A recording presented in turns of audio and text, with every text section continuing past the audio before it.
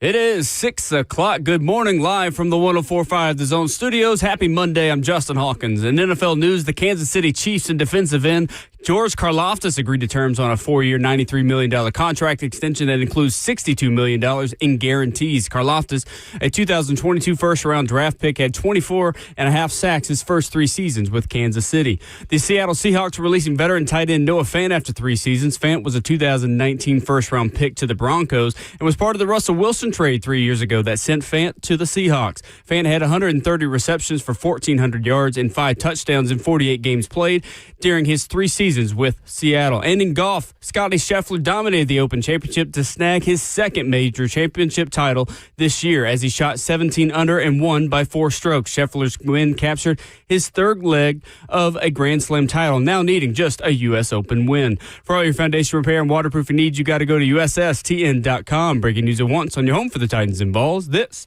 is 104.5 The Zone.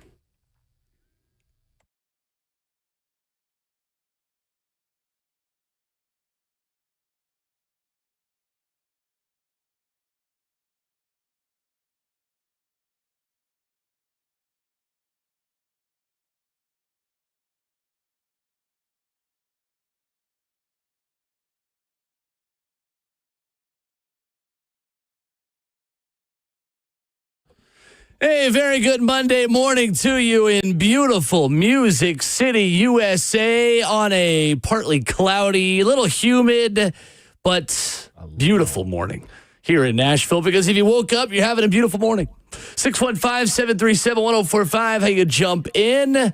The whole crew is present and accounted for this morning. The 11-year NFL veteran, Vol Network analyst, former Pittsburgh Steeler, Ramon Foster. Justin Hawkins making the show happen behind the glass, hitting all the right buttons, including ours. My name is Will Bowling. Titans training camp week is here. That little bit of extra pep in your step, yeah, that means because American tackle football is back in the city of Nashville this week. Cam Ward will put on a Titans helmet and practice American football. Ramon Foster, it's a good morning to be alive. It's a brand new week. It's football season again. What's going on? Good morning. How we doing? Good morning, man. We're good, Will. Let me add on to that one. We don't want to hear no more complaints. We don't want to hear about your side topics that you're watching on all the big networks. I don't care about your cornhole anymore, okay? I don't care about your flag football anymore, okay? I don't care about your 3-on-3, even though it's kind of cool at times. I don't care about your basketball. Will, I ain't trying to hear any of that. Do you hear me? Moving forward, Will, you said it, open it up. We're back. It's football season. We're back. We're so back. We are back. I'm talking about, I said it feels like I got a new air of energy this morning, man. You said I do too. And I said, that's how I know we're back right That's absolutely right. Who is absolutely right. Well, we will have a little bit of basketball to talk about this morning because a certain guy by the name of Ron Slay was enshrined into the Tennessee Sports Hall of Fame over the weekend. Our good friend, Coach Doug Matthews of 104.5 The Zone as well. How was the weekend? How was the event? And put on by our very good friend, Brad Willis. It was good. We went 2 years ago, and Eric Berry and others went in. Man, Bully went in too, Keith Bullock. And let me tell you, the event got bigger. Nice. It was even more well put together. It was cool being in that building. The way those inductees were celebrated, I thought were super cool, man. And legitimately, it was, besides being in Nashville SC, it was a place to be at, is what I'm telling you. I like it. It was. I would have been there had I not been at Geodis Park. They called everybody like that was important this year. They got honored, like Reed Blankenship. Like, looking at what he did coming out of MTSU, that was huge. Winning the Super Bowl, starting 19 games for a world championship. By the way, those rings, did you get a glimpse of the Eagles ring? Yeah, I did. Incredible. If I ever wanted to win a ring, it's because of that. Okay, what you going to do to my stones on there? But it was phenomenal. Saw Coach Rick Barnes. He was there, man. It was a really good event, man, and I was glad to be in the building. Savage, of course, closed it out. That was really cool seeing him be accepted. He was celebrated by everybody, man, and it was legitimately one of the coolest things I think I've been a part of. But it was a tall class, too. Tony Allen was a part of it. The grandfather. Yeah, it was really doggone cool, man. And I legitimately was just like, yeah, this is a cool group to be a part of. Elston Turner. And what's cool is, of course, it's the Tennessee Sports Hall of Fame, but they had representation from Memphis, Middle Tennessee, and East Tennessee also. Knoxville, by the way, the crowd that was there from Knoxville, I think it was Elston Turner's group or family, loud. I'm talking about they showed out, man. It was a good time. But, man, shout out to Brad Willis, the Tennessee Sports Hall of Fame. Michael Keith emceed like he knows how Mike to. And Franklin. Mike and Franklin. Mike from Franklin, we should say. Mike does not reside in Franklin. He resides in Knoxville. He's in Knoxville now. But he emceed it, man, in a way that I thought that was done well. I think we ended at like 9:30, and it was a big group of inductees that had to go in, and he kept the flow going, boy. He did. I got to give it to him on that one. But all in all, it was a good time, man. A lot of folks around, a lot of VFLs in there, man. Shook a lot of hands. Met Chris Lowe, saw Chris Lowe. He was there on behalf of Ron Slade. So it was actually pretty doggone sweet, man. But yeah, Elston Turner group in Knoxville, they showed up, man. He may have had more folks than Savage did up there. So wow. It was a tall class, too. I felt like the headline of the weekend might have been the Babs family wearing Tennessee orange. Mr. Babs and Babs, both. Yeah. Pantone 151C. I almost commented on Dawn's Instagram story, like, what? Yeah. This is great. Come on. Don't give this back. Let's go. Come on. Let's keep the Tennessee orange going. You guys look awesome. Her and her husband both. Fantastic. I'm telling you, she walked up to me and she looked up at me with the headband on. She was like, Savage, are you going to the after party? Are you going back? It sounds like it. Hey, listen to me. Nice. I know she had a driver and stuff, is what I'm going to tell you. She had that look in her eye. Oh, good. I was like, Travis, headband Babs is a thing. It was so much a thing. I got a picture of her. I hadn't even sent to her on my phone. I'm like, I'm posting this one at some point in time, man. But locally, too, real quick, man, Joe Bailing, I think is how you say his last name, that played at Belmont. Listen to him tell his story about how he was a walk-on, and the next year, I think he made Player of the Year 2 times in a row at Belmont. Was super cool to hear. It was a daggone good group, man. Derek Mason going in, Doug Matthews going in. It was, if y'all got an opportunity to buy a ticket to this event, you should go.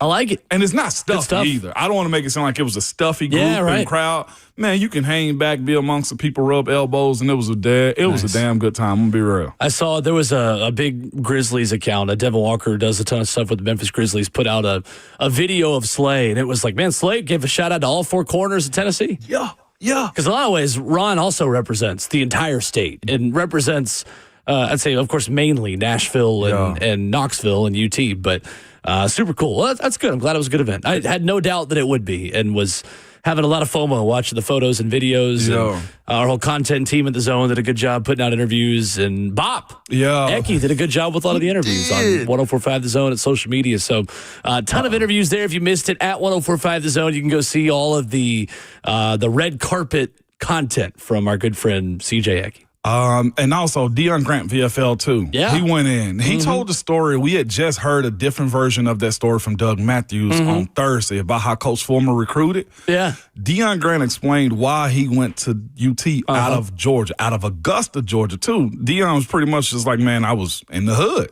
He was like, what's crazy is Coach Fulmer, which Coach Doug Matthews said too, like, he changed the way everybody else recruited. He wasn't afraid to show up himself and knock on doors. He said everybody else called me or came to my high school. Deion Grant did. He said Coach Fulmer came to my house. Yeah, that's right. He said nobody else came and sat on my couch. And it was funny because we sat with Hall of Fame inductee Doug Matthews, and he said the exact same thing. Like, you got to give the big man a lot of credit on how probably now coaches recruit. He was like, and Deion Grant, far removed from that conversation that we had, said the reason he went to Tennessee was, one, he wanted to beat Georgia, and Georgia didn't want Jamal Lewis, by the way. Yeah, crazy. But said they decided to go to Tennessee and beat Georgia, but it was because Fulmer walked into his living room and no other coach would. That was like it. pretty cool right there. Saw Big Man, too. He was there. Introduced him to Miles, and he was already ready to give him a scholarship. Big Man, of course, means Coach Fulmer. Yeah. For those Big Man was unfamiliar. Coach Fulmer. I like it. Good moment. It was a stuff. good time, though. Good stuff. Well, Titans training camp gets started this week. Rookie report day today. Veterans and opening press conference and everything starting tomorrow. And then practice number 1 on Wednesday. We will be out there live and in person this week for Tennessee Titans training camp 2025. Ramon, what is today like for the young guys, for the vets? What are these next 48 hours like as players prepare for practice number 1 on Wednesday? Man, first for the vets, for the rookies, so many unknowns. What do I do? How do I do it? Even though I know exactly what I'm doing and what the coaches, like, your nerves are so high because this is the first time through. You go from being the biggest fish on campus in some capacity to the runt, to the go get me coffee guy, to the go pick up donuts. Hey, young fella, you don't know anything type of dude. So there's a lot of pressure. I got to give it to him, like, on the rookies' will, even before you step in the building. But what I do know, if they're conditioned, everything else takes care of itself. For the vets, man, you're legitimately of the mindset. It's like, okay, another year to fight for my job or fight for a spot, because not everybody has a job like Jeffrey Simmons. Not everybody has a job like Amani Hooker. There's a lot of guys that are in positions where they know, and I've somewhat been in this spot before, at least in my mind, probably not in actuality, but at least in my mind, that I got to go fight for a spot. And I'll be quite honest with you, Will, when you got a family, when you want to make a team, that's scary. Like, because what if I get hurt? Kind of feels like you're going to battle this week. Yeah. In that context. This is the start of walking through fire, to be quite honest with you. It's a journey you hope goes through February. Yeah, it is. That literally starts today. And there's that part of it too. So, and not even say for myself, those moments where I'm very comfortable as a player and my team, that was the next question though too, Will. How good are we? Because those are the questions that you ask yourself, and who's going to be the weakest link on this team, or what young guy is going to step up, or the most important one is where I think a lot of the Titans fans come from, as somebody said in our YouTube chat. The Cam Ward era is here. How good or how healthy will our quarterback be? That, I think, is probably one of the most important questions going into training camp. Can we have all 22 starters for all 17 regular season games? We stream the show live at 104.5 The Zone TV, Facebook Live, YouTube, Twitter, or Twitch. A question already comes in saying, has Femi Oladejo still not signed his contract? Starting to get worried. We'll dive into that as the big weekend headline in the NFL. A number of rookies now signed who were second-round picks. We'll give you the timeline on when we expect Femi Oladejo to maybe get a contract done. Plus, there is a veteran who became available over the weekend who I think the Titans might be interested in. We'll dive into all that and more as we begin Hour 1, coming up next.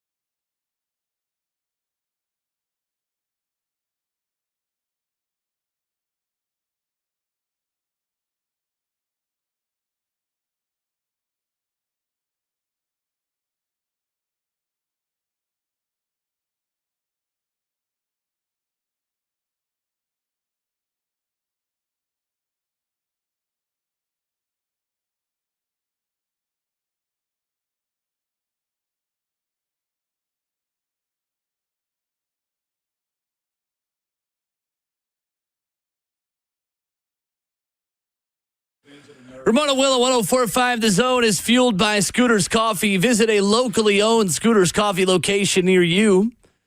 In Rivergate, Smyrna, Brentwood, White House, or Mount Juliet, there is no better way to celebrate the start of football season than cinnamon rolls, than good flavored coffee, than protein smoothies, than energy drinks infused with other flavors.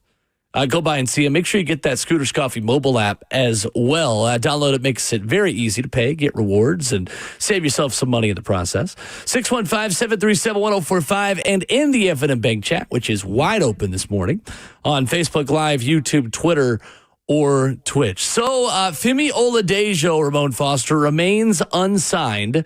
And last I checked, there were still 7 unsigned second-round picks. Mm-hmm.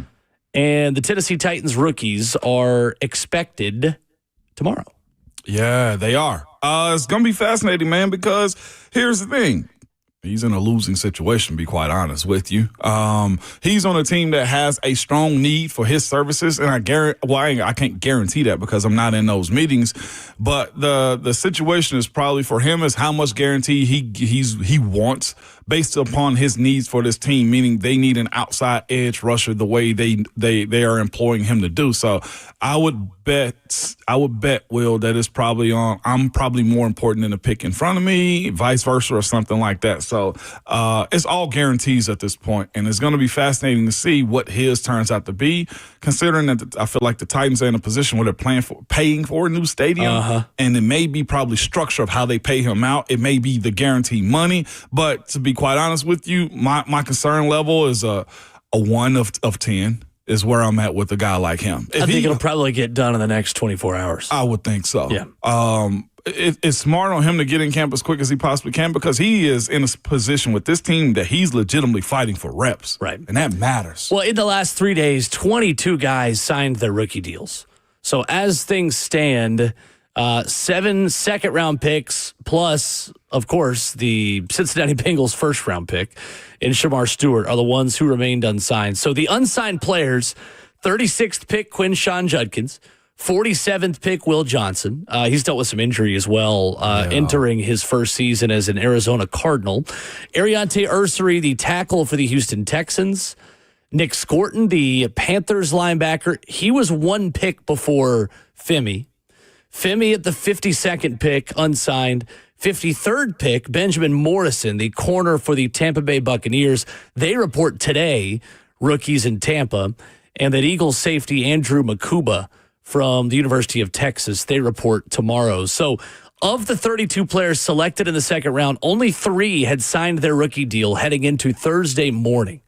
Then since Thursday morning, 22 rookies have signed. I understand why fans are a little skittish with things like this. I don't think there's anything to really be concerned about. Oh, and he also does have somebody he can compare a contract to because Nick Scorton is signed too, Will. He ended up there you go. Yeah, he is. So that was late last night, then. He's off the board. Yep, 100%. Appreciate you. Jayhawk actually put that in my ear. I don't think he wanted to interrupt you while you was talking, but the terms of his deal is not released yet, but the Panthers did come out and say that they have agreed to terms with him. Yeah, it's worth about $8.6 million is what his is too. So it's guarantees at this point. Like it used to be the second rounders would get signed. Man, I'm talking about early June before they even took the camp, and they had a little bit of glitch in the system. It's going to be the operations, I think, moving forward now on how second rounders feel like they are more important than they have been in years past. This is super unique, though. I've never seen it be like this. And we spoke about New Orleans situation with their quarterback, too.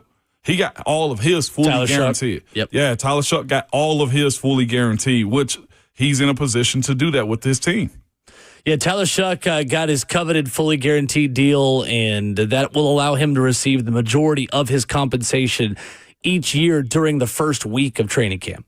So for people who don't understand, Ramon, is that the biggest difference of what players are negotiating for, getting their money up front at the start of every season? Absolutely. No doubt about it. It is. It's how much am I getting in the next 14 days is essentially what it is. Well, as soon as you sign that deal, it is that for you moving forward, man. And also, where are you paying me at? So are you paying me in March before the league's year ends, or am I getting paid every year, to your point, as a roster bonus at the beginning of the season? There's different ways to structure it. Not a roster bonus because that's bonus money, but am I getting checks throughout the duration of it, or big payment of it more than anything. So a lump sum of it. Over the weekend, Noah Fant becomes available. Released by the Seattle Seahawks, he was due a non-guaranteed salary of $8.49 million this season. And the move saves Seattle $8.91 million against the salary cap. Still only 27 years old, Noah Fant, who spent the last 3 seasons with the Seahawks after being acquired in the 2022 Russell Wilson trade that sent the quarterback to Denver. 48 games, 42 of them starts. He made 130 catches for 1,400 yards and 5 touchdowns at his time in Seattle. Are you interested here for the Titans?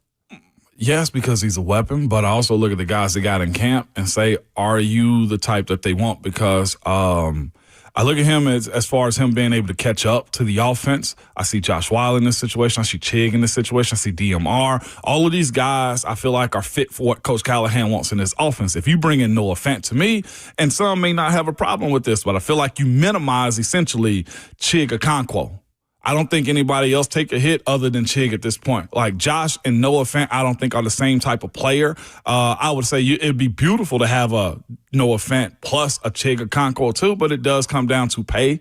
And last year was a little bit of a checkered, I guess, season for him as with injuries and stuff. But he's young. Every player's due one of those. Heck, I feel like it was years I missed like 2 games or something like that too. So it happens. He's still he's very young for the position. It's a matter of who are you pushing out? And I think a lot of people probably have Josh Wiley outside looking in this type of situation. And Josh Wiley's just got to go out and prove himself in general this year anyway and stay healthy. That's his biggest point of it. But would I take him? Yes. But for who? Yeah, I just think the Titans already have a bunch of Noah Fants. Yeah. They have a bunch of 500 to 600 yards at their best tight ends at this point in their careers. You're not adding anything significant by bringing in Noah Fant that would totally change this offense or this roster. Plus, I also think there's less of a need for tight end help within Brian Callahan's offense as there would have been under the previous offense that was here under Mike Vrabel and Todd Downing that had more tight end help needed because you had more 2 tight end sets because you're running Derrick Henry so much. Absolutely. Like, this is not an offense that relies heavily on 2 tight end sets. I think this year, as much as it has in the past, I think we're more in a 11 personnel versus 12 personnel kind of season moving forward. So I'm good. Yeah, I'm good. I mean, originally you look at the player's profile and it would make sense. He is an athletic tight end. He's fast. He's good with the ball in his hands, but we have one of those named Chig Okonkwo. But this ain't a smile at every girl that smiles at you situation. Yeah, no. I mean, the only way you would do a deal for Noah Fant, in my opinion, is if somebody offered you something that you couldn't refuse for Chig Okonkwo in the trade market. Now, but he doesn't have significant trade value to really force your hand to say, oh, well, let's just get some draft pick compensation and go sign Noah Fant. Like, I don't think Chig's market is that to motivate you to make a move like that. And then just looking at the reason why a guy like Noah Fant was cut too, like they drafted this year a player that I know we liked in Elijah Arroyo. Like that's a player for player type of comp right there. That's cheaper and younger when you look at Elijah Arroyo in that situation. And to your point, it's essentially, I mean, it's the Titans situation, to be quite honest with you. Like, he can go somewhere else. I think Noah Fant's going to get signed. He can go somewhere like Houston or or Miami, wherever else to play his role. But to your point, and I think we both have said the exact same thing, you got to remove somebody that's exactly like him. It again goes back to the question of what moves are you willing to make your football team better while also maybe stunting the growth of some of your young players who you want to get valuable on-field reps this year. Yeah. If you sign Noah Fant, you're making it harder for Gunnar Helm to get on the field. Yeah, you are. Yeah. Yes. 100%. And Noah Fant may be the better football player today. I mean, the guy's been in the league for a couple of years. That's not a hot take. But if it hurts Gunnar Helm from becoming a better football player over the next 2 or 3 seasons, then I'm not interested in that. Yeah, I'm not interested in that because again, these are the guys that Brinker and Coach Callahan and Borgonzi have drafted. So they see something with what they want this team to look like. And again, you can't go dating everybody else's free agents. I'm not huge into that. I think there's a part of the game where it's necessary to go get a few of them, but it can't just be, hey, Squirrel, that's a new nice person over there. Like, no, exactly. Absolutely not. Especially this close to camp when you got to learn the offense also. Yep. I would pass. I agree. Yeah, and pass. Plus, I mean, at this point, it feels like the Titans are moving away from the whole, hey, this guy became available, let's go get him mentality. Yeah. They're more interested in keeping their own guys around and maybe finding supplemental roster guys on one-year deals, but at positions of need. I don't consider tight end to be a position of need. It's a position of opportunity. Yeah. I don't see, though, needing to add more bodies into an already crowded room that has competition in it. And then to be quite honest with you, and we've said it a little bit before, like if Noah Fant walks into the room, I feel like he's 1A at this point. Like it really just muddies the waters a little bit too much for me with all the guys that you've done these team building events with and all the scenarios where they've got to know each other and stuff like that. Is like, as long as there's not an injury on this team to where you have to sign somebody like Noah Fant, don't. Because to your point, I do look at it and say it's Chig and Wiley and Gunnar Helm. And you'll roll, and DMR is still here too, David Martin Robinson. So there's that part of it that those guys got to battle it out. Like, I'm a firm believer, keep your guys, unless there's a necessary need for it. And a lot of people are expecting a lot out of Chig this year. And to your point, want to see the growth of Gunnar Helm more than anything. Sure. I'm curious. Here's a important note here. The Titans still are first in waiver priority. So I think that it's going to be interesting to see what they choose to do. If the veterans are there, I think they're going to have to take a look at them. Well, the veterans are not subject to waivers, though. Right. So players with less than 4 seasons accrued in the league are the ones subject to waivers. We're talking about young offensive linemen. Yep. Young linebackers. I mean, Anthony Orji, like that type. Yeah. And you make a good point. Yeah, the point is still 100% valid. But it's going to have to be younger players in order to do that. Yeah, it is 100%. But again, this is the team they want to go to camp with, and I like where they are right now. To be quite honest with you, it's not a bad team. They just got a lot of growth to be had, Will. And this, I don't want to call it necessarily a lot of newness, but Callahan's second time around the sun as a head coach, I think it's important for him to not have any outside interferences, man, as it pertains to what he want to do in camp. And I almost feel like Noah Fant would be that, although he could be a weapon for you. No, Justin's 100% right, though. The waiver part of this will be something to follow, and we'll continue to update you on who becomes available around the league. Probably a little bit more this year than we have in years past. Yeah. For that exact reason. J.C. Tretter resigns from the NFL Players Association on a very newsy weekend for the NFLPA. First Lloyd Howell, now J.C. Tretter, who did a lengthy interview with CBSSports.com reporter Jonathan Jones and kind of went on the offensive a little bit, saying over the last couple of days it has gotten very, very hard for my family, and that is something I can't deal with.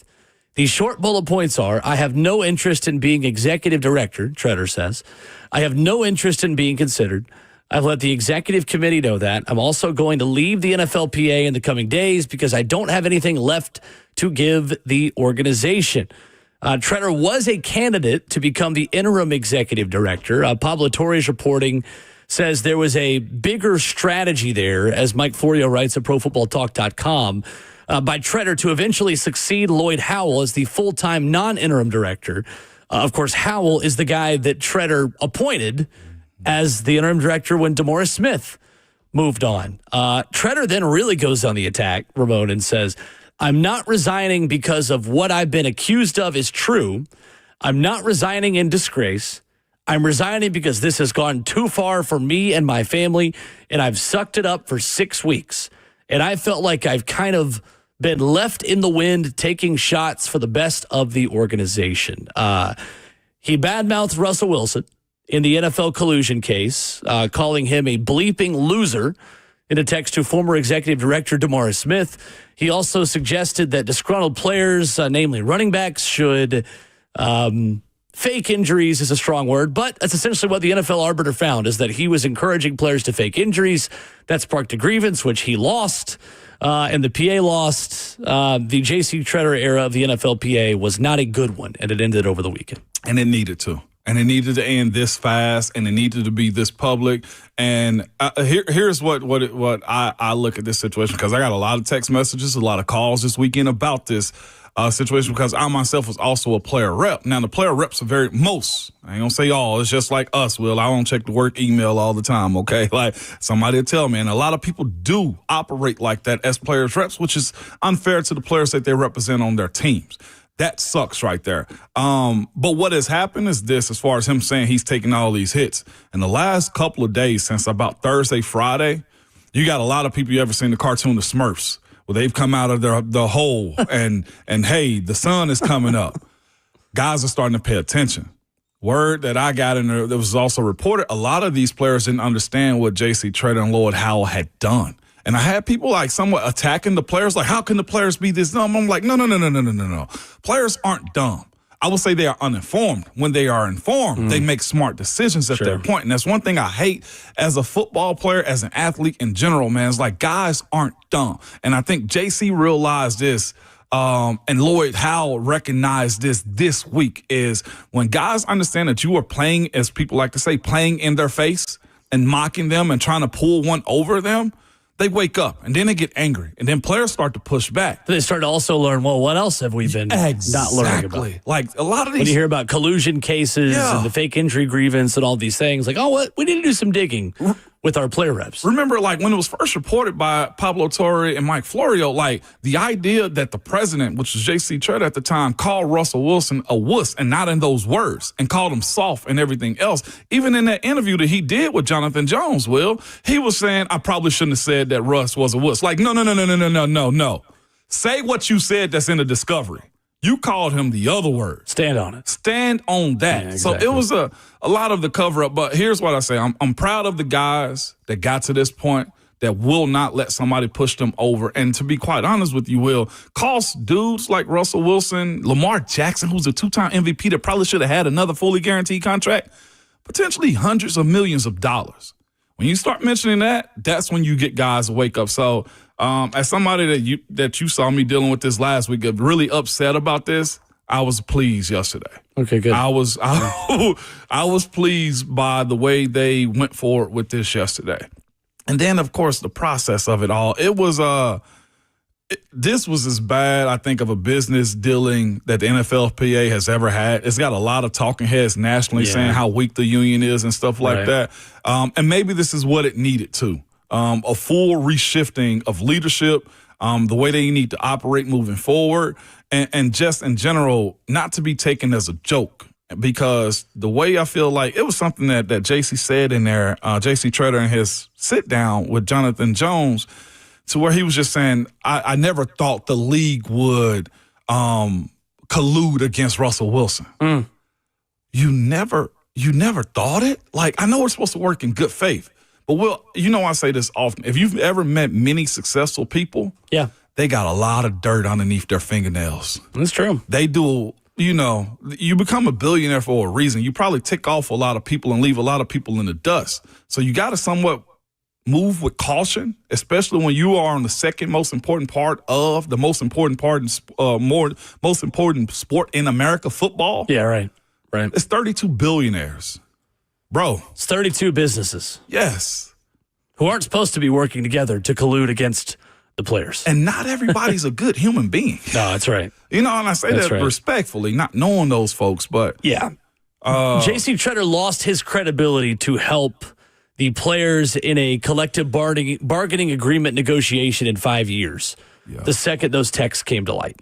It was always going to be an uphill battle for him to really be a credible part of that organization moving forward into a very important negotiation coming up in 2030. This one is big. And I know that feels a long way away. It's not. Because the posturing for it already began when the owners added a 17th game. Like now, because they want 18. Because 17 is an odd number. And this is where, if he was smart, he'd start telling folks, save your money. A potential lockout is going to come. No, there is a storm coming, in the words of Anne Hathaway in The Dark Knight. 615-737-1045 is our number. The best athlete in sports right now, perhaps the guy who's maybe most at the top of his game in the world. He did it again over the weekend. We'll talk about it next.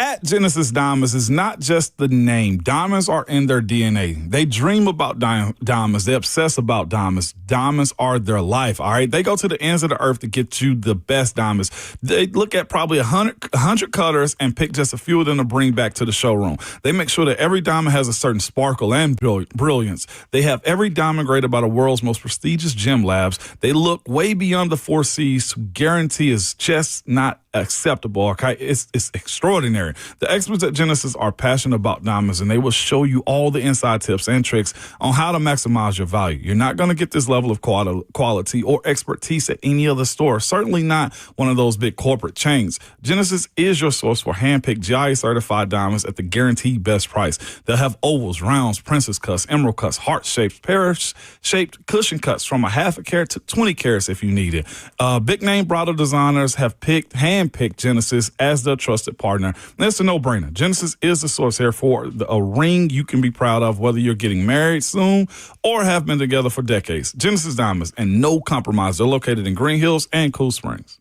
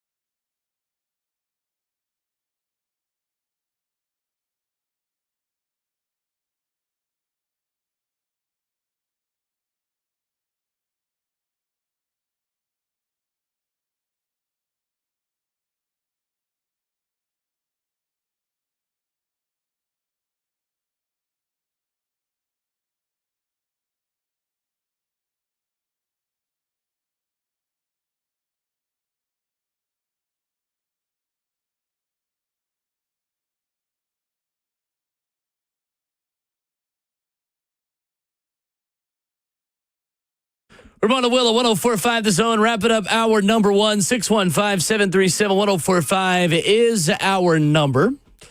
Coming up as we begin hour number 2, the SEC preseason standings came out after we were on air on Friday. We'll react to it.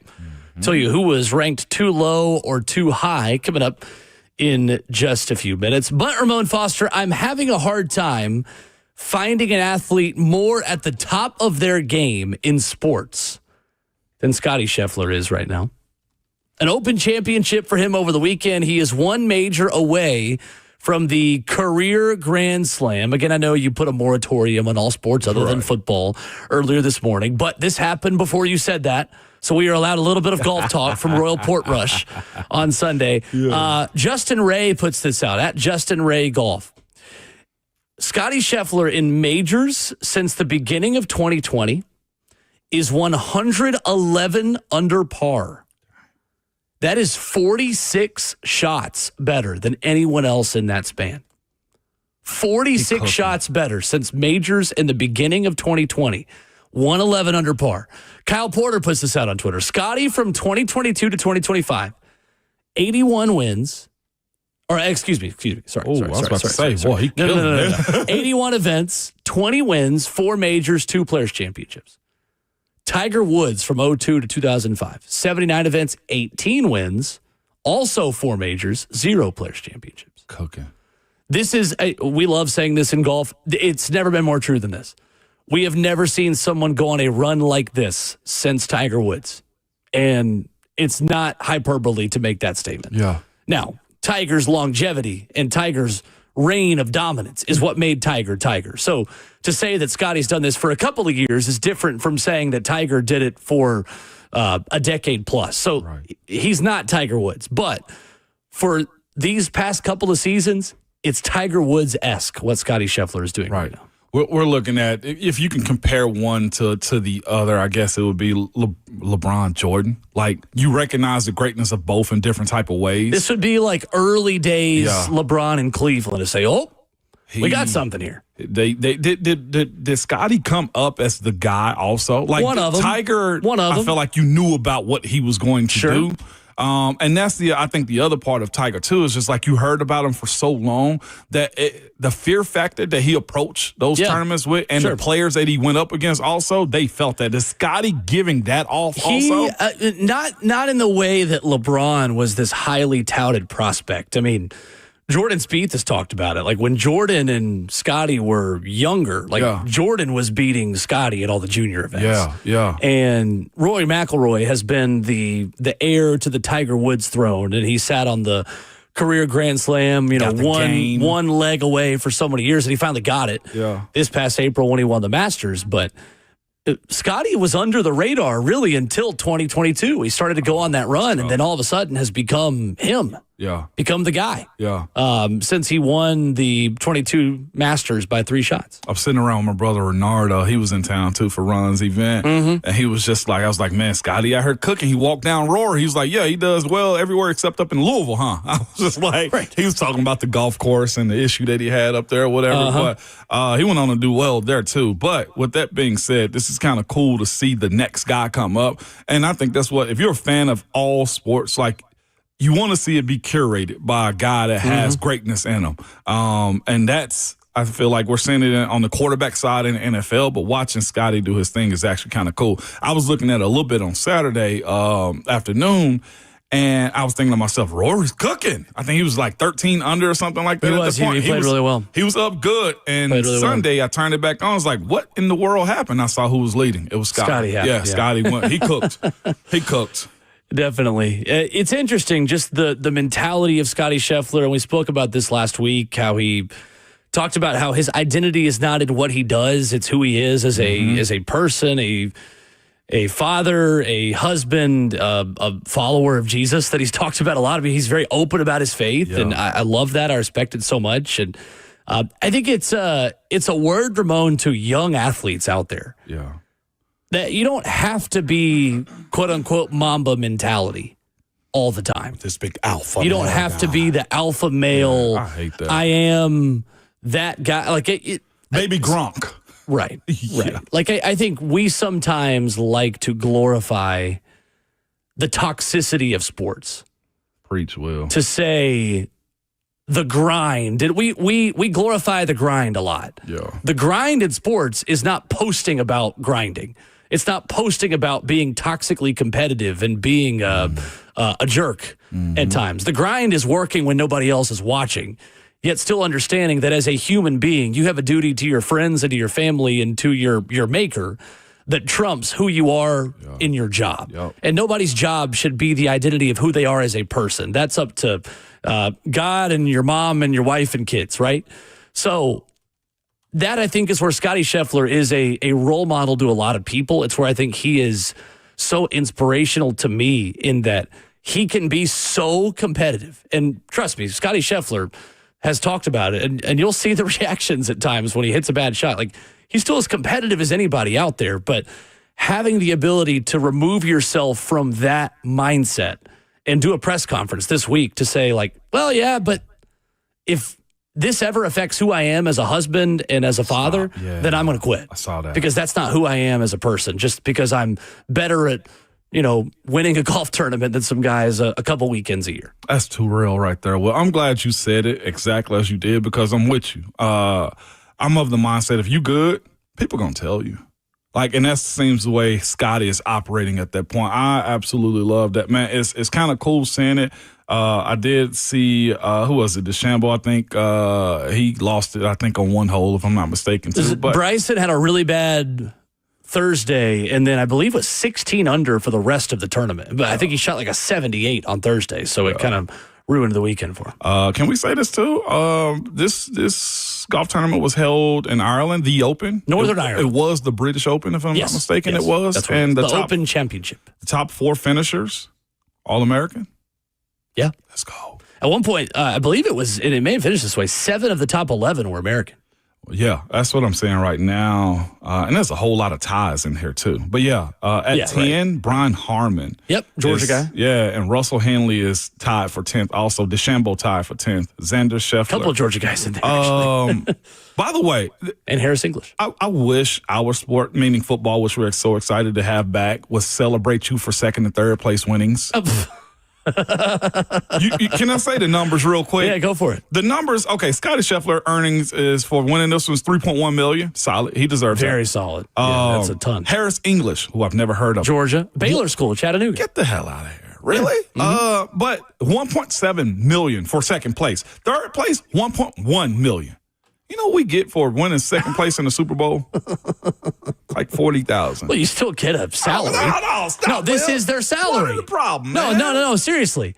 Dude. The second place players on the Chiefs this past year still get paid. They just get paid by their teams. Fourth players are getting they don't have teams to pay them. That's the thing. Okay. This is their salary. It's how they get paid. Hey, nobody cares about the truth when the story's a whole lot better, when the lie's a whole lot better, Will. 615-737-1045. SEC preseason standings are out. The media voted. Who's ranked too high or too low? We'll tell you next.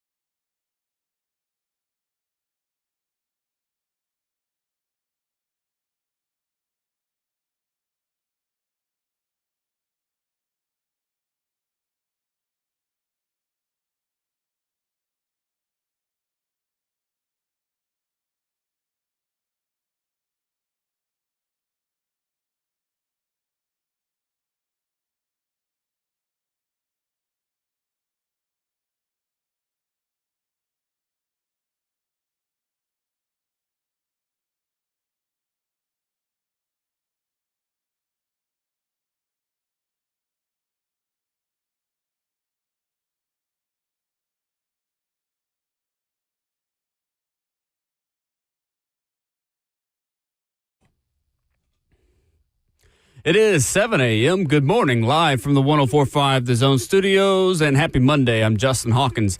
It is training camp week as the Titans report to camp tomorrow and hit the practice field on Wednesday. In NFL news yesterday, the Kansas City Chiefs and defensive end George Karlaftis agreed to terms on a 4-year, $93 million contract extension.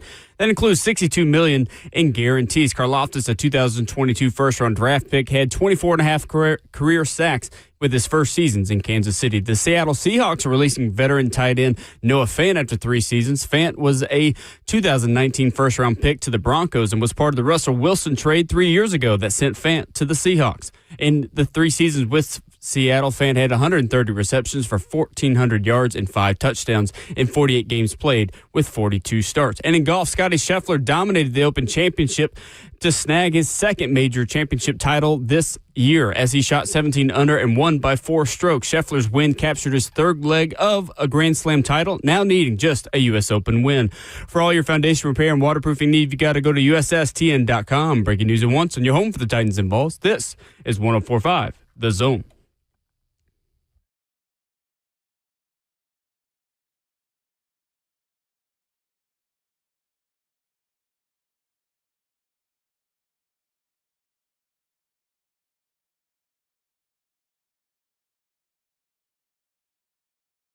Seven a.m. hour number 2, getting started on this Monday morning at Ramon and Will, where you follow the show on Twitter, fueled as always by Scooter's Coffee. Visit a locally owned location near you in Rivergate, Smyrna, Brentwood, White House, or Mount Juliet. Amazing people, amazing drinks, amazingly fast.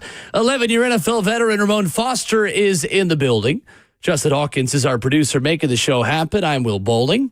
615-737-1045. Our question on Twitter this morning, at Ramon and Will, says, who is the most important player on the Titans not named Cam Ward? The Foster 5 will tell you who the top 5 players most important on the Titans roster are, coming up here in about 20 minutes. Brian has tweeted at us and says, everyone, especially the weapons surrounding Cam. Oh, well, we asked you for one. Everyone was not an option. Don't act like me in these situations, okay? Where you try to steal a few. No, don't be me. But in the meantime, Ramon Foster, the SEC Media Days have given us a preseason poll. The media has convened, they have mediated, and they have voted. Texas is picked to win the SEC. Georgia second, Alabama third, LSU 4, South Carolina 5. Tennessee all the way down there at 9, Vanderbilt at 13. Who was overrated by the media in the SEC preseason poll? I love what they are, but it's South Carolina. It absolutely is South Carolina. Okay. We are on the same page. All right. Yeah. I love exactly what they are, but they got a 4-game stretch, Will, in the middle of their season. And to be quite honest with you, at the point to where the college football committee is going to be looking and injuries pile up a little bit more, whereas at LSU, Oklahoma, with John Mateer supposed to be a whole lot better. They have Alabama now. How many times has Bama gone to South Carolina? And not that you have to look that up, but that's not familiar in my memory bank of looking at Alabama play South Carolina in South Carolina to think of. But Bama goes there, and then they got to go to Ole Miss. Well, I don't think this poll, though, is about schedule and who's going to, I don't know. That's a good point.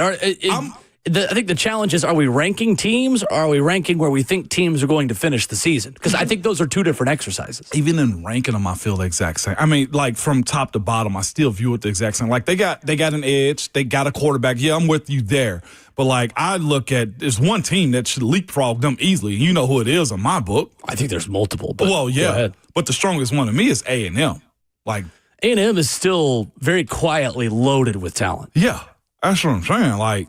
And they added KC Concepcion, who we saw play against the Vols for NC State last year, who is quite the athlete to help out Marcel Reed this year. So I have the South Carolina, I think, stole some votes right there, but I get it, especially with how you view Lenore Sellers as a quarterback, what he's projected to be. I'm with it. I can understand it, but I'm moving A&M over them. That's my one. Yeah, I think it's tricky because if you're picking who's going to make the SEC championship and go there in projected order of finish, which is what you are told to do as a media member, then, I think South Carolina might be 9th or 10th. That's what I'm saying. Simply because of their schedule. If you're telling me to pick who I think are the best teams in the SEC, that's completely different because I think Florida and South Carolina both could be reasonably argued to be top 5 teams of the SEC. Right. But I think Tennessee might finish ahead of both of them because Tennessee plays all the 4 worst teams in the SEC on this list. That's how I would have put the list together. Tennessee plays Vandy, Arkansas, Kentucky, and Mississippi State. Those are 13 through 16 in the SEC projected order of finish. So, like, Tennessee's 9th on this list, which I think is about right in terms of where they are as a team right now and the question marks they have at quarterback. Do I think Tennessee's going to finish 9th in the SEC? No, I don't really think they will. Right. So I think their schedule's pretty easy comparatively. Exactly. Interesting. I would have did it based upon schedules, but I'm a little weird in how I do this type of stuff. Well, and I think this is where that exercise becomes what I'm referring to. It becomes more, all right, who do I think is the best or worst versus let's go schedule by schedule, game by game, because that's the way you really have to do this if you want to do projected order of finish, is right out, right? This team wins this game, loses this game, wins this game, and really look at the tangible games they got to play. For me, the question for South Carolina is, who the heck is Lenora Sellers going to throw to? Because they've got the tight end transfer from Kentucky, Jordan Dingle. They have a new offensive coordinator, Mike Shula, who replaces Dowell Loggins, who's now the head coach at Appalachian State. South Carolina did not sign a single transfer wide receiver. Tough. Major question marks for me with Mike Shula as an offensive mind and with Lenora Sellers just having enough help. I think Lenora Sellers could end up being the number 1 NFL draft prospect quarterback at the end of this season. I think he could. I think, honestly, at this point, it's either him or Cade Klubnik, an Arch Manning with an outside shot. But I'll tell you what, I don't think he has enough help on that offense. And that sucks at times, especially whenever he has to use his legs from time to time. That's a dangerous game to be playing right there. It is, and that is a very slippery slope. It is. We're talking about Spencer Rattler type, right? You have the talent. I think Sellers is better than Rattler. Way better. He's proven it already. Better, yeah, okay. Way better. But what I'm saying is, I feel like they relied upon his athletic ability from time to time, his exciting style of play, and it kind of bit him a little bit. So much so, I'm looking back at this write-up on it they had to fight to beat Old Dominion. You remember that one? I was playing on their downfall. I'm going to be real. 2 goal line fumbles were the difference between them beating or losing to Old Dominion, and then a fumble is the difference between them beating Alabama in Tuscaloosa. I mean, we're no longer living in a world where teams are just totally immune from disaster with the way talent has been spread out around the entire sport. I mean, we're talking about a Missouri team a couple years ago that went to a New Year's Six Bowl and was snaps away from losing to MTSU at home. Come on. 2 years ago. And that's no disrespect to MTSU, but that was not their strongest team. They've since had a coaching change, and that was a really good Missouri team. And by the way, not to sideswipe this conversation, we're going to be very professional in a minute, but imagine how hard it was to fight off your last name when it's Dingle. Yep.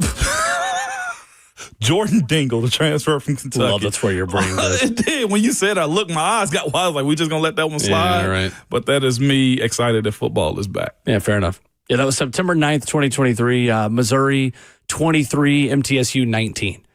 Feels like everyone has one of those now. One non-conference G5 team that makes you sweat a little bit more than you'd like to. Austin P for the Vols. Austin P for Tennessee. Yeah. South Florida is not the lowest of the low G5, but South Florida and Alabama, yeah, same way. Same exact way. So who's underrated, Ramon? Who should be higher on these standings? Who should be higher on those standings? Probably going to go Vandy.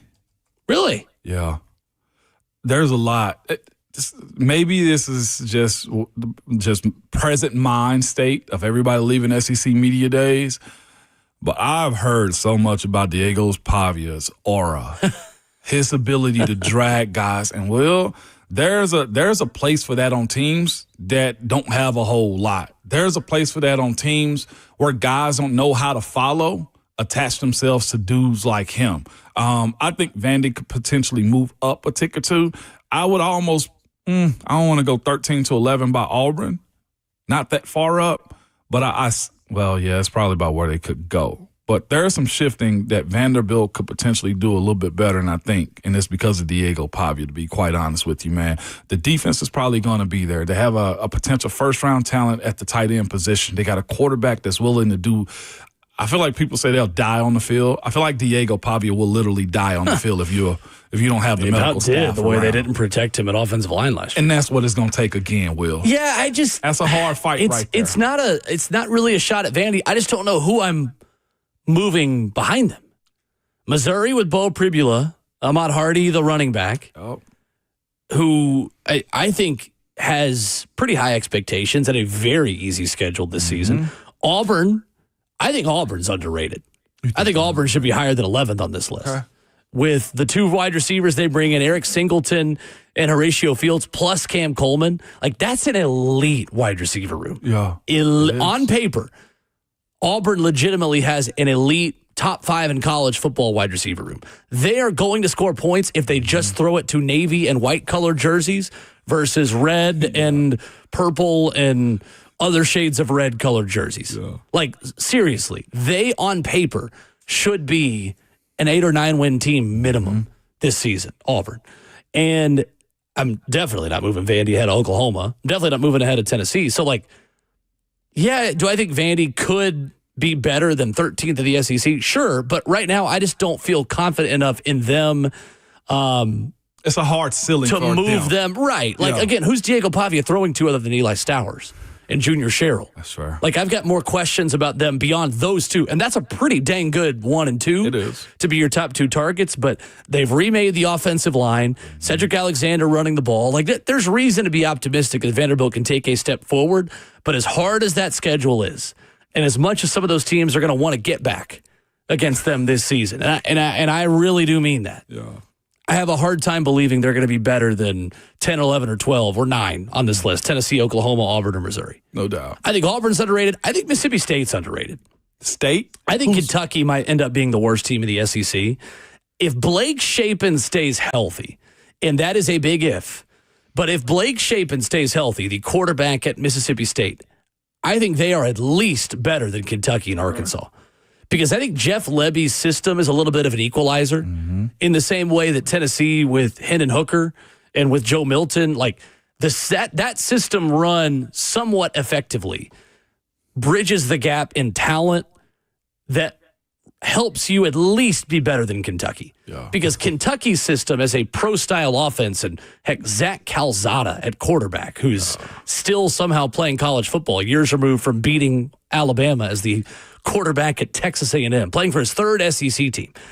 Like, it's hard to be a Mark Stoops system on offense and be better than teams who are bigger, stronger, and faster than you. It is easier to make up a talent gap when you are running tempo, and defenses are just confused at least a third of the time because they don't know where to line up because you're moving so quickly. You best believe it.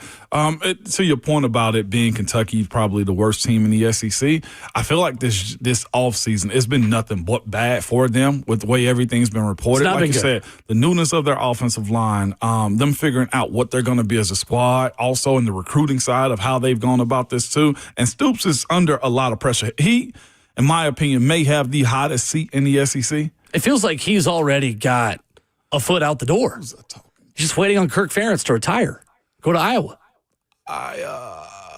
Was it a conversation you were including in or what? But there was a conversation that happened over this past weekend. It feels like if there was a place where Nick Saban comes out of retirement. Kentucky? It was brought up to me. No. Bear Bryant. No way. Well, I was told, and I forget who I was. No, it was from my brother who's in Louisville. Who's in Kentucky, said that fan base, no. Now you got to hear, now he's Louisville. He laughs at Kentucky too, okay? He laughs at the people in Lexington too. Okay. But they have been painting the picture, Will, that because of the Bear Bryant connection, the fact that it is basically an open canvas for him, a horse money, that Nick Saban would consider. That is the conversation he says that Kentucky fans are having. That's an interesting picture to be painted. Trust me. I said, Nardo, you tripping. He said, listen, this is the conversation that they're having in Kentucky right now. That picture is finger painting, and Nick Saban is the Mona Lisa.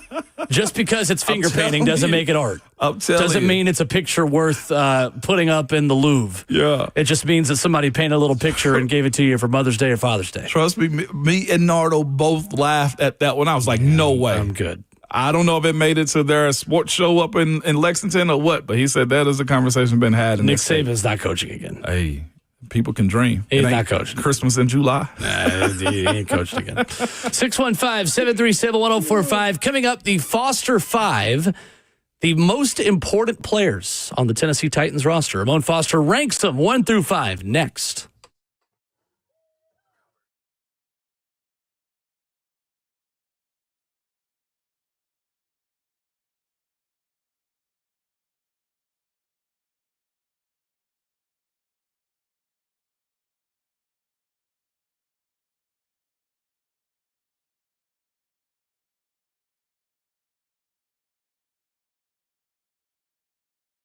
Hey, it's Will Bowling. Are you looking to check some items off your home to-do list this summer?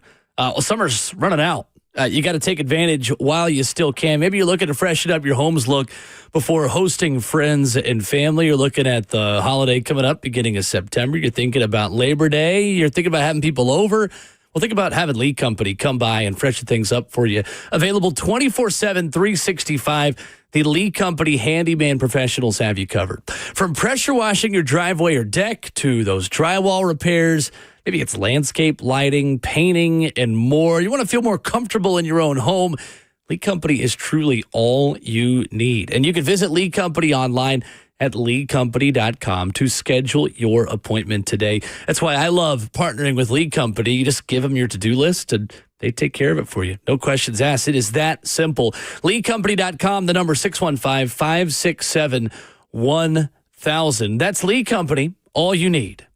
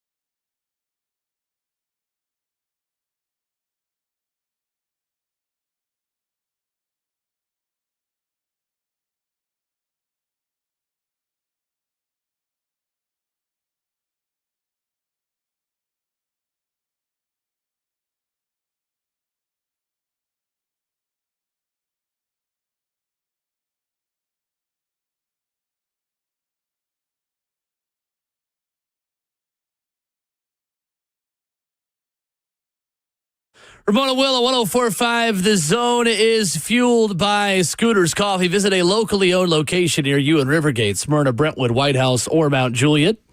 Amazing people, amazing drinks, amazingly fast. 615-737-1045 is the number. It is time for another Foster 5 this morning, as we have tasked Ramon with ranking top fives of different topics this offseason, and we'll continue with that as a weekly segment during the season, which we'll talk more about in the next couple of days and weeks. But Ramon, today we are talking about the 5 most important Tennessee Titans players for the 2025 season. I'll begin with the first question I always ask within this process. How challenging of an exercise was this for you? It wasn't. I'm being quite honest with Really? you on this one. No, because you know why? It's actually real. Like, this is to me, this is as real as it get as it pertains to like the kickoff of this season. The guys that they have on this team, the idea that you got to make it through training camp. So like that importance to me kicks up like 5 more levels because of how close we are. And this ain't like June or July or, free agency. Like, I love this one, to be quite honest with you, Will, because it's also important, too. And Coach walked into those meetings and have conversation with his team, and he speaks about guys stepping up to the plate. Like, there's a lot of that. Well, I ain't going to say a lot of that in my list. That is the entire list, to be quite honest. Like, guys stepping up to the plate or sustaining a level of competency as it pertains to your play against your opponents this year. But the first part of it is survival of training camp and who's going to take a next step.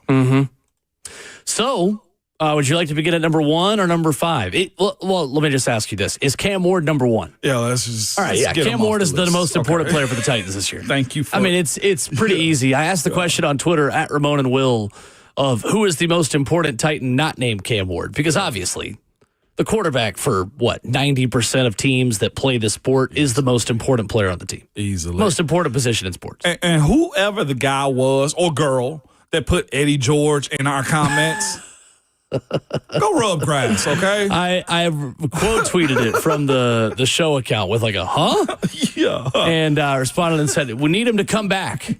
Well, I don't know how Bowling Green's going to feel about that, considering he is their head coach now. But say what he's not, so stop asking. Yeah, he ain't going to. So quit asking. So quit asking. Cam is number 1, so I just wanted to get that out the way. And we know Sure. all the obvious reasons behind it. Heck, we should have just done a list of top 5 other than Cam, because obviously it's going to be Cam. But anyway. Optics, I think it's okay to put Cam 1. Cam Ward has the potential to elevate the Titans to a Commanders-like level. No doubt. And that's an unfair expectation. I don't think anybody is expecting that to happen, but the difference between the 2023 Commanders and the 2024 Commanders with Jaden Daniels. Yeah. He made a bunch of one-year deal veteran players into a team that could play for the NFC Championship game. And he was that good. And he is the outlier, not the norm, but it is why he's the most important player of the team. Absolutely. All right, let's go to number 5 then, though. Let's go the opposite order. Who is number 5 on your list of the most important Titans this season? May come a little bit of a surprise, but we had a long conversation about this last week, and not directly towards him, but somebody that's in his spot. That's Roger McCreary to me. Because, interesting. Yeah, the long conversation we had last week on L'Jarius Sneed and his health and well-being and what kind of season and availability are you going to get out of him. One play, one game against, let's think about the teams that are in the AFC South at wide receiver that you got to see. Houston is huge at wide receiver. Jacksonville is big at wide receiver. They have the ability in Indiana to be good at wide receiver or pass the ball around too. And I look at Roger McCreary as being the 5th most important guy on this roster, just based on the fact that you don't know what you're going to get out of L'Jarius Sneed's health. And not just that, on the other side of it, Jarvis Brownlee Jr. Like, if L'Jarius Sneed is out, the idea that you're going to get picked on is huge with those 2 guys there. And you need Roger McCreary to be in the best. He needs to be the best pro ever this year, and specifically for this reason, too. This is why he made the list. This is a contract year, my brother. This is as big of a year it is for you as it is for the Titans, and a lot goes into that as far as him carving out a role as a starter, Will, if he does have to step up. So for me, it's Roger McCreary, and there's probably other guys in that room, but since he's played the most, and I think he's probably the second longest tenured guy in the room at cornerback. Sure. It's him. 15 games played for the last 2 seasons for Roger, who still has 2 career interceptions going back to his rookie season in 2022. Was not on my list, which I'll give coming up in about 20 minutes, but I think a valid answer. Yeah. Solid. Who's number 4? Number 4 on this list, need a big year from him. Because the point for him, this next guy, there is no other person on the roster like him. And that's T'Vondre Sweat. Taking that second-year jump, not having a sophomore slump. I'm a poet, and I didn't know it, Will, okay? I hope somebody in their car chuckled a little bit or tweeted at me. It was like, that was a bad dad joke. But what I'm saying is this. Without him and his presence out there, I feel like the run game could be a little bit more porous. The thought of him not being out there probably eases defenses in a sense. Like you said to yourself, you saw some dynamic parts of his game last year with his athleticism and how he can make plays and close out on running backs. I expect more this year. I expect his availability to be a whole lot higher. And then again, to what I just said, like I love Keandre Coburn as a pro, Super Bowl winning Keandre Coburn, but there's no body type that strikes fear. I don't think like it's T'Vondre Sweat could. Me blocking against a guy like him, I'll probably be thinking to myself, let's get my mind right. I'm probably not going to think that in the interior about nobody else than like, especially in the run game, than the way I feel about T'Vondre. It's T'Vondre for me. T'Vondre is an interesting one. I respect your perspective on that quite a bit because you have said before this offseason that you would hate blocking him. Yeah. You would hate having to deal with a guy like that who was agile enough to be a pass rusher, but also big enough to just run through you at the same time. And then a lot of what he does, I think, is on the backside of the success of a guy like Cody Barton and the linebacker group that's got to catch up to what he does up front. I like it. Yep. That's number 4. So Roger McCreary 5, T'Vondre Sweat is 4. Cam Ward, obviously, number 1 on the list of most important Titans. Number 3, Ramon, is whom? Dan Moore. Dan Moore at 3. Okay. I respect it. Dan Moore. There's a lot of eyes on him with the check, period. But you also got the franchise quarterback as your position. You playing for this team. I know some teams have strong offensive linemen left to right, offensive lines left to right. You are the left tackle that people look at. He got to stand tall. He's got to protect. It can't be an oh crap block at any point this season for a guy like him. I don't think there's going to be much grace given to him. No. Absolutely not. Because a lot of people are going to pull the Don Draper. That's what the money's for. You're supposed to do this, and it's unfair. It sucks. Mistakes will be made. I'm not saying he's not going to give up sacks. What I'm saying is his ability to be available and to be daggone good, I'm talking about he's hovering on the scale of 1 to 10 of how alert he got to be. He's 7 to 10 the entire year is where I'm at. Or 8 to 10 to be quite honest with you.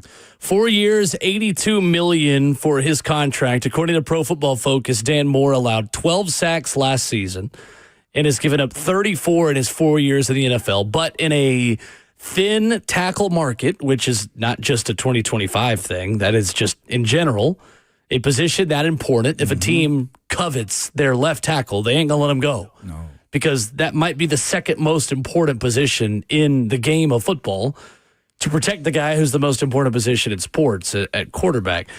When you watch Dan Moore this week, Ramon, and you see him at training camp, what do you want to see from him at practice before pads come on? Like, how do you measure success for a left tackle before you can fully embrace the physicality of the position when pads come on? It's hard because it's such a position that's judged in pass. What I want to see, all right, this is what I want to see from Dan. It's non-football, to be quite honest with you.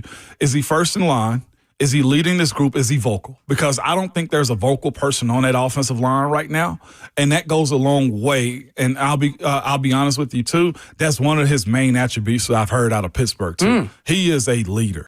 He is a guy that gets the group together. Interesting. You want him in your locker room is what I told, but he's great for young guys and also great for the starters. Like he's, from my understanding, your vocal guy. So that's what I want to see from him in the early contingencies of training camp. Because without the pads, I ain't really too much interested. I need to see him bouncing, vocal. And I think this group up front needs who's the vocal guy on here that you would think of right now? Not that they got to be loud. On the offensive line? Yeah. Ooh, Chasey Latham. But he's young. Second-year guy. Yeah. And he's probably more of a get in your face talker, not probably a loudmouth talker like I was. I don't know. J.C. Latham's a pretty vocal guy. You hear him. You hear him? Yeah, you do. But every good person needs another one. I'm hoping Dan does it. And you've spoken about this a lot. I mean, the best teams in this sport, the tone is set by the big men. Yeah, no doubt. And the tone of physicality for the entire team and the tone of you're not going to touch my quarterback. Yeah. You build from the inside out, and that's clearly how the Titans have prioritized this offseason. And you're not just paying for production. You are paying for leadership and just overall professionalism when you pay somebody $82 million over 4 years. If there's a little skirmish out there, I need to see Dan Moore in it defending his guys. The way Jeff threw Brunskill off his feet last year, I expect somebody to step up to the plate and be like, heck no, not on my watch again. And I say that because anybody gets got. I hate to relive that for Brunskill or the fans that watched it, but everybody gets got. But I need somebody to step up. So number 2 on your list, second most important player, the way we can frame it, Ramon, is who is the most important Tennessee Titan not named Cameron Ward? Jeff. Okay. He got to be the boogeyman. Big Jeff that is not quite as big as he used to be. Right. He has to continue the reputation of being the boogeyman. I think he's the most visible star on this team across the nation as when people think of the Tennessee Titans. And his level of play on what he wants this year personally, the double-digit sacks, has to play a huge part in him getting the ball back to the offense. So it's him. I could have gone, I see Jay Hawk in our comments on YouTube, Jeff or Calvin. So I picked Jeff. I'm going to be quite honest with you. Jeff has to be the guy in this one. Calvin was not on my top 5 either that we're going to get to coming up here in a few minutes. But for Jeffrey Simmons this season being a little bit more agile and wanting the 10-sack season, wanting that level of production, the way that impacts the run game is fascinating to me. I'm waiting on it. I am. I've seen guys drop weight, though, too, and it not affect them. I've seen offensive linemen do it and not affect their strength.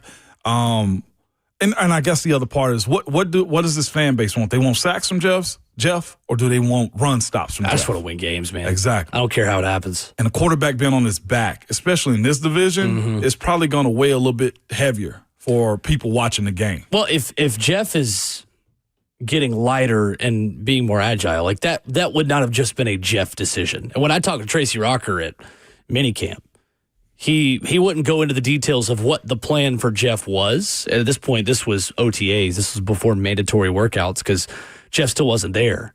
And I asked Tracy Rocker, like, what's the plan for Jeff? Like, how is he attacking this offseason? He's like, well, that's between me and Jeff. Okay. Y'all will learn in due time. Okay. So I think there is a plan from this defense and from the organization that isn't just Jeff and his trainer and his family saying one thing. Like, I think everybody's aligned in that a slimmer and faster and quicker pass rush weapon, explosive Jeffrey Simmons is good for all parties. I want to see it. I do. It does make Tavondre Sweat more important, though, as a run stopper. Because when you give up a little bit of maybe run-stopping ability, and again, Jeff says that, hey, me being lighter does not impact my ability to stop the run. But when you are lighter and when you are so focused on pass rush, I just think even Ramon getting upfield more and being more vertical and getting after the quarterback leaves gaps in the run game. It is up to Tavondre Sweat to fill a gap and a half then to be able to pick up that slack, and on Cody Barton as well to fill those gaps at linebacker because you feel like you have improved at inside linebacker in Cody Barton from Kenneth Murray. Because of that, what you said, like that's what Chris Jones and his defense does. He's allowed to go rogue. J.J. Watt was allowed to go rogue. I've seen other D linemen go rogue, and everybody else got to stay put and handle their responsibility. Going rogue, meaning going after the passer, and hey, y'all worry about stopping the run if it comes up this way. I'm trying to get around my lineman and not plug up the hole and hold him up. So you do in order job. To close a hole for a running back. One of the best partnerships I've seen like that was Troy Polamalu and Ryan Clark. Troy would just, I'm going, Ryan, cover me. And Troy, to that point, though, is what you're expecting from a guy like Jeff. Troy is more right than wrong and made those plays where he was hitting guys in the flats where he wasn't supposed to be in that zone whatsoever or running through the middle of the offensive line when Troy, that's not where you're supposed to be at. Like, that's what you're expecting from a guy like Jeff with this ability to disrupt like that. Yep. Would love to hear your thoughts. Who is the most important player not named Cam Ward on the Tennessee Titans roster? 615-737-1045. Ramon has, obviously, Cam Ward 1. Jeffrey Simmons 2. Dan Moore, the left tackle, is 3.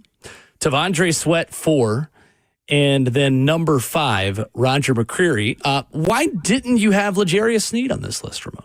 Because it's just an expectation from him at this point. Like, he's a 1,000-yard guy, go be that 1,000-yard guy. I think it's more important to Cam to be able to deliver the ball to those wide receivers as opposed to it just being, hey, look at me as Calvin. Like, there's an expectation from him, I think, to begin with. And then, to be quite honest with you, I think Cam's ability to diversify this offense is going to be bigger than just it being Calvin getting the ball. Calvin does his thing, he's going to get the ball. But to be quite honest, I'm looking at other guys to be involved with this offense.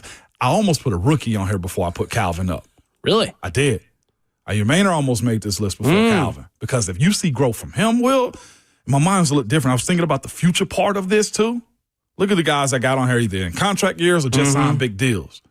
If Maynard makes it to, or DK, or you have Gunnar Helm be a part of it, I'm more excited about that than Calvin, and that's probably disrespectful on my end. Interesting. Elikiah Manor.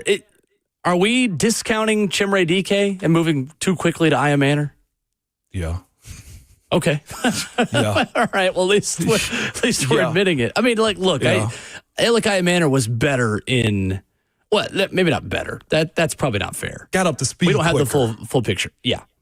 He got up to speed. Got up to speed quicker and looked more explosive. I noticed Elikiah Manor more than Chimere DK. There we go. That's how I'll put it. I don't have the full picture. I don't have the full plan of what they're doing.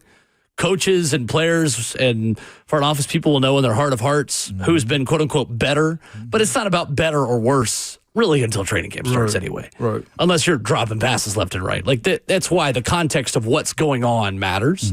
I noticed Elikiah Manor a little bit more. I think Chimere DK will have something to say about that this training camp. And then also, like, the body type of Aya Manor also. And then for, like, the problem with quick guys, too, Will, is quick guys rely on that a little bit too much at times. Or you need time to see the play develop for those types. And I don't think Aya Manor has needed that this time of the year, going back to the spring and early summer. So it's going to be interesting to see how he does, Chimere DK, carve out a path to be productive in this offense, because the other part for Chimere DK is that's Calvin's spot, right? Not necessarily. Not necessarily. I think DK's a slot. But like speed versus speed is Calvin. Fair enough. If you want somebody to take the top off the defense, you're going to trust Calvin Ridley to do that before you trust Chimere DK to do that. Yeah. Elikiah Manor fills more of a position that you didn't have in a big physical target outside receiver. Your thoughts on the phone, 615-737-1045, and my list coming up as well of the 5 most important players on the Tennessee Titans roster. More after this.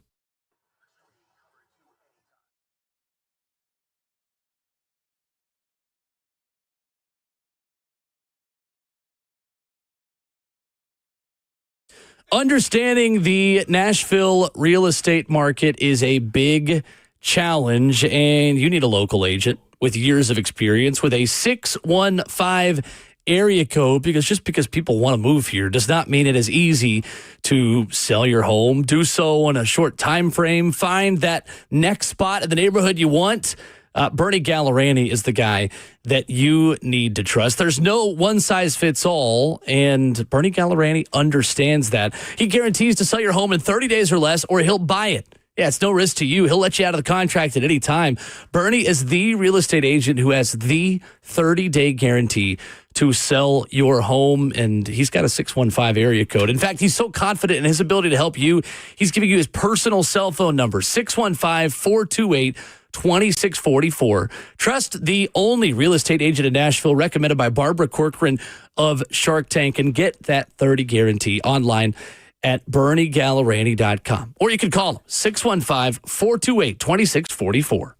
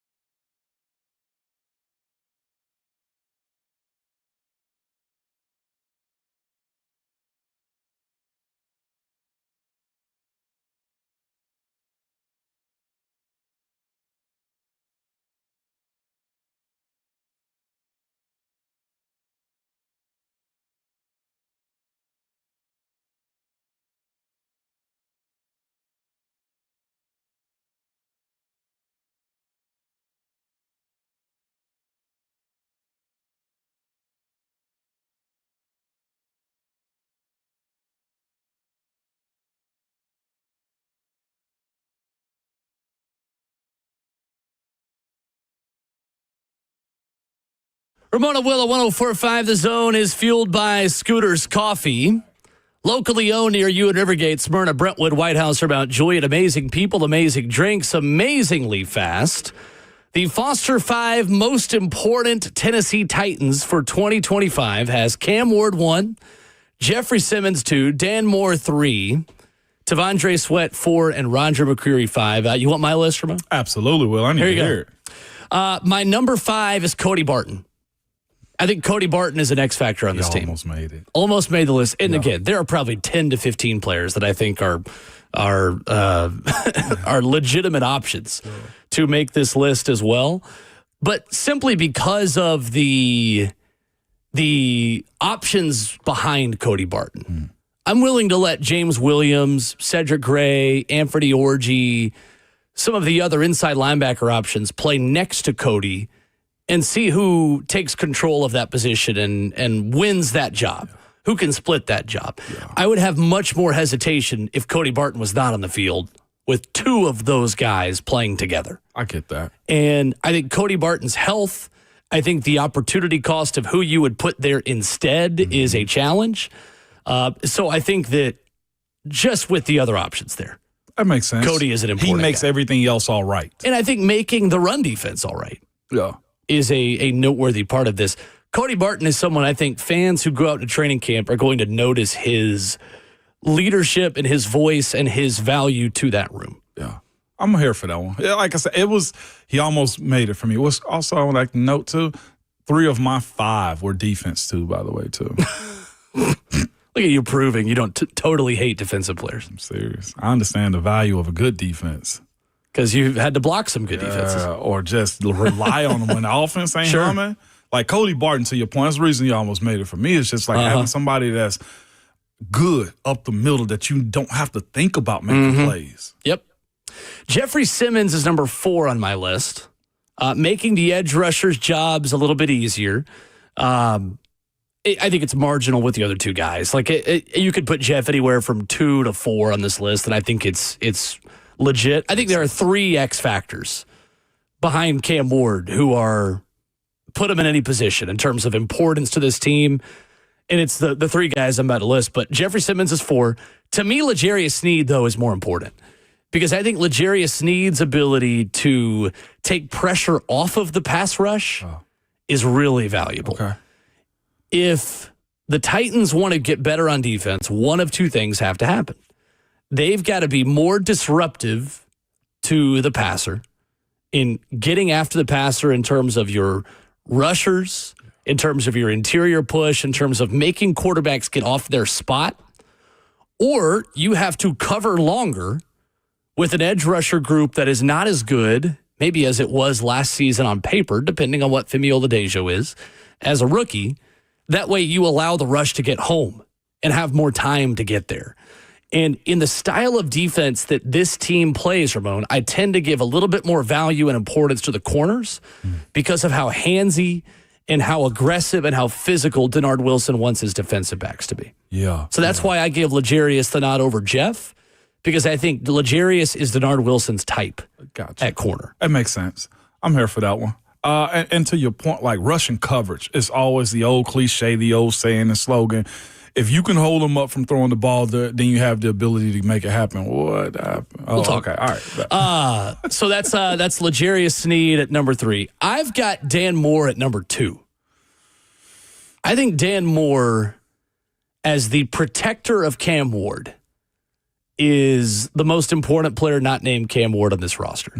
And to me, the reason why I was won over on drafting Cam Ward and not trading back was when they built Cam Ward an offensive line. Because honestly, Ramon, without that, I would be a little afraid that Cam could make some Will Levis-like mistakes. I think Dan Moore and J.C. Latham taking steps forward are the difference between some really bad interceptions, some hero ball moments, stunted growth from your quarterback, and talent being maximized in 2025. That's the difference for me. And that is the weakness. I think that is the challenge for Cam. that this coaching staff wants to develop and wants to coach out of him is the late throws over the middle. It is making a right decision at the end of a play. It's making sure that drives ended a kick in some capacity. And Dan Moore is the most important part of that. You pay a guy $82 million to protect your quarterback's blind side. It comes with a certain level of expectation. And Dan Moore did not choose that. But the Titans chose it for him, and it's the reality of the way things work in this league. When you make that much money, the performance has to be there. Yeah. And I think for Dan, putting Cam in the best position to be successful, he is the most important player not named Cam on this roster. Is the pressure on Dan Moore higher than the pressure on Cam Ward? Because good question. Like, that's a poll question right there. You know what I'm saying?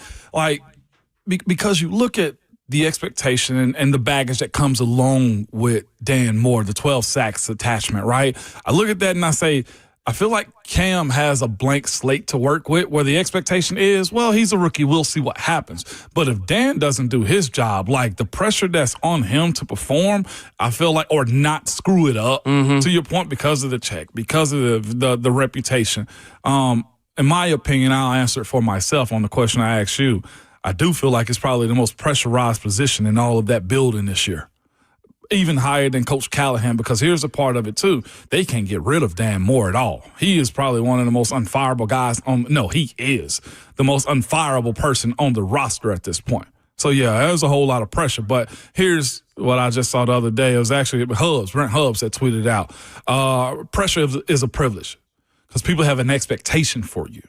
So I'm fascinated to see how this is going to work out for him. But I'll say this in all of those questions. I got a lot of faith in him.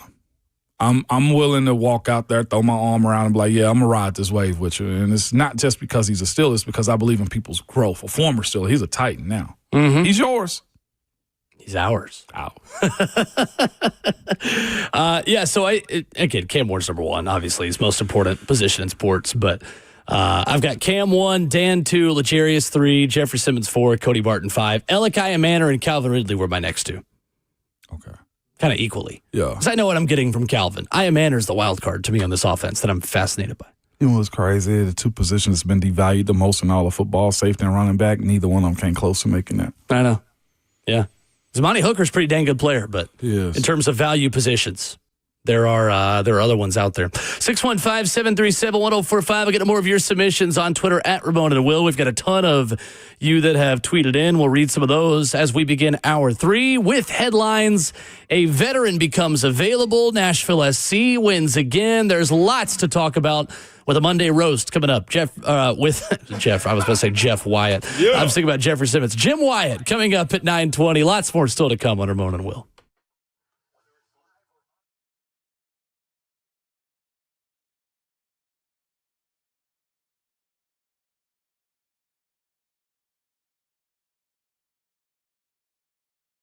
It's Ramon Foster for Low T Center. Good people, well, fellas, let me talk to y'all real quick. If you've been struggling to choose where to go to for TRT, then look no further than Synergex and Low T Center. All right, the new Synergex Health app. Yes, it's an app. It's a superior innovation in healthcare technology that you won't find anywhere else. With this app, you can book your appointments easy in your phone. You're on your phone all the time anyway.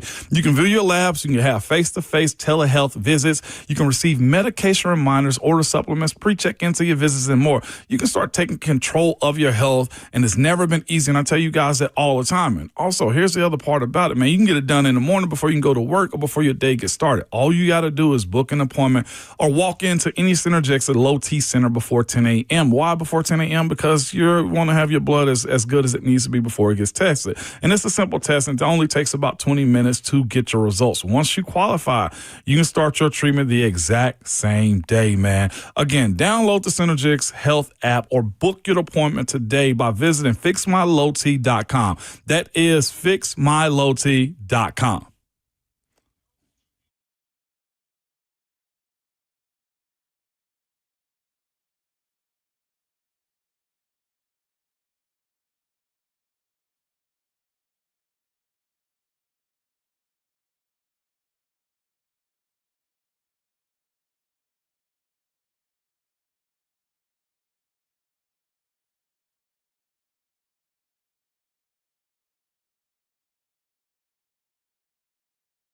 Hey, listeners, it's Ramon Foster here. I was done with mosquitoes ruining my backyard fun, and I found a solution. Let me tell you about Mosquito Max from All American Pest Control. All American's Mosquito Max is your one-stop shop, proven solution for both mosquitoes and year-round pest prevention. Save money and say goodbye to itchy bites, man. All American's Mosquito Max include a monthly mosquito misting, spiderweb removal, and perimeter pest control around your home. So make the change like I did and finally enjoy your backyard. Summer's only so much longer, all right? Don't let those mosquitoes ruin your summers. Go to yuckbugs.com, that's yuckbugs.com, and make the switch to All American Pest Control today.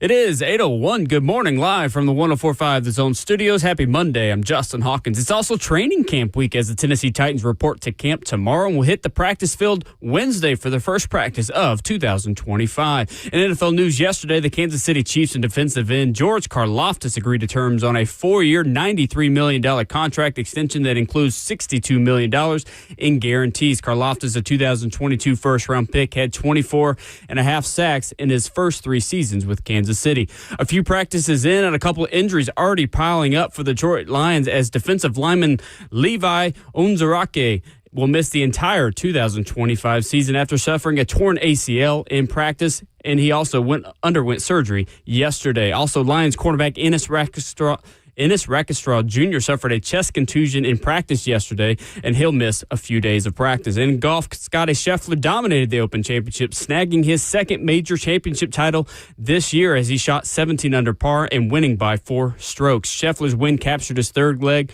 of a Grand Slam title. Now he just needs a U.S. Open win to complete it. For all your foundation repair and waterproofing needs, you got to go to USSTN.com. Breaking news at once on your home for the Titans involves this is 104.5 The Zone.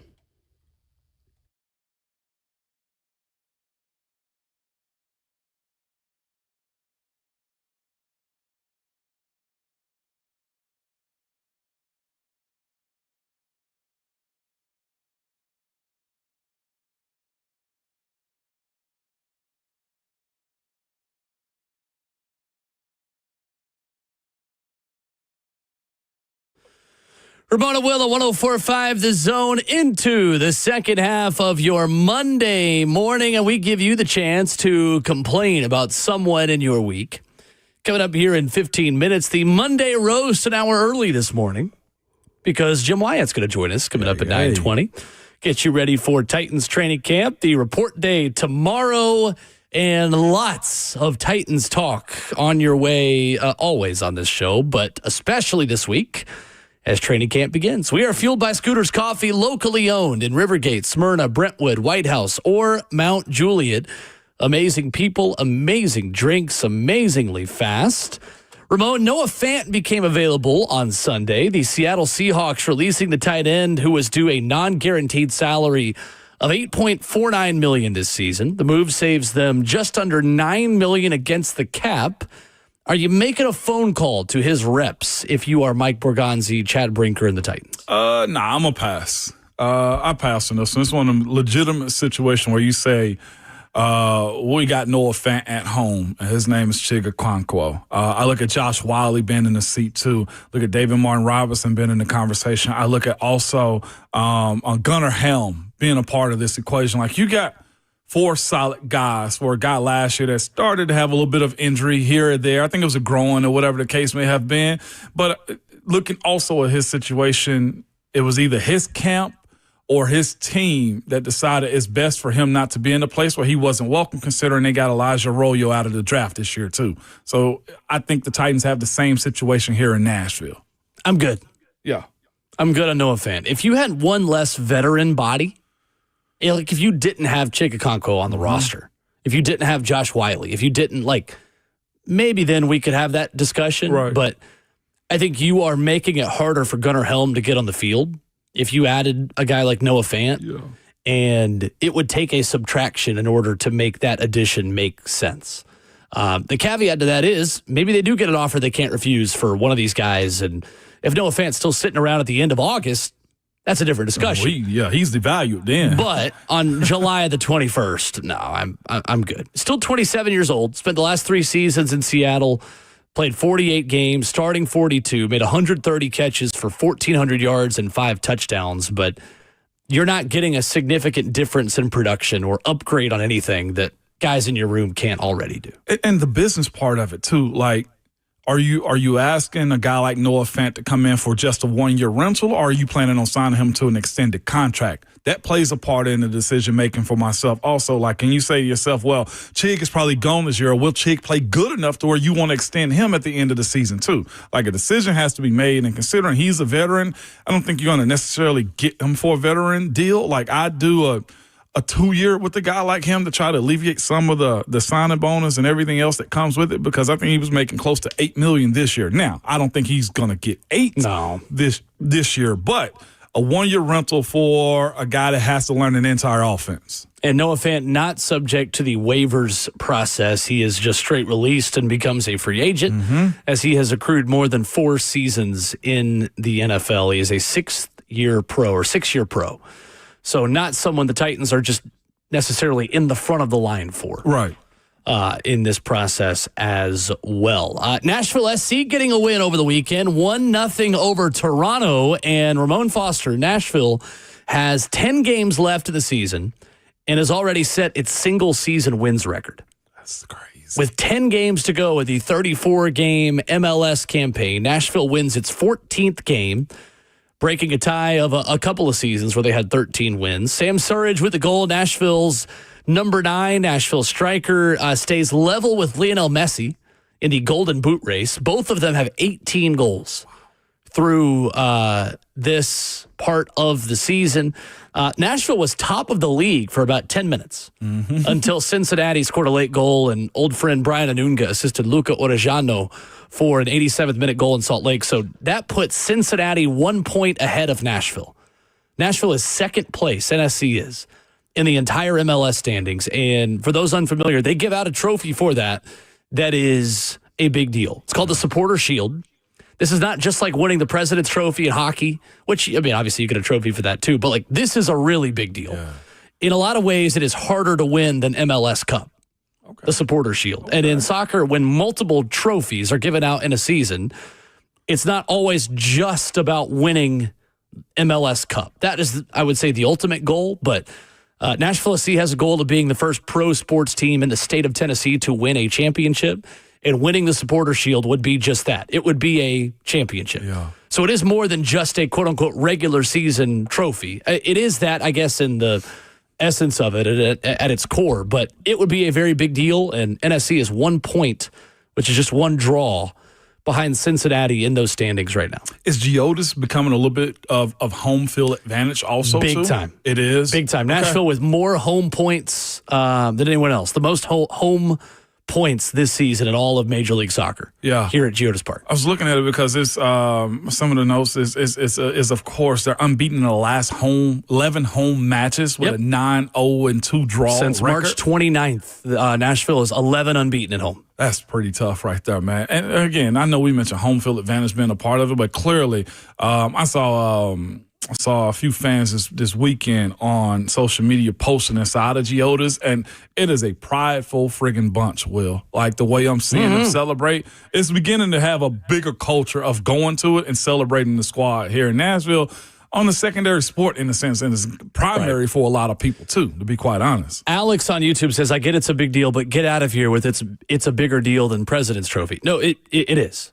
And the reason why is because in every other league in the world, the regular season is the trophy. Yeah. Like playoffs are a very American idea. In European leagues, you play every team in the league twice, and whoever has the most points at the end of playing every team twice wins the championship. So for everyone else in the world, winning the Supporter Shield is kind of like winning the league. And there is no playoffs. There's the FA Cup, or there's the Copa del Rey in Spain, or the Coupe de France in France. My terrible French accent.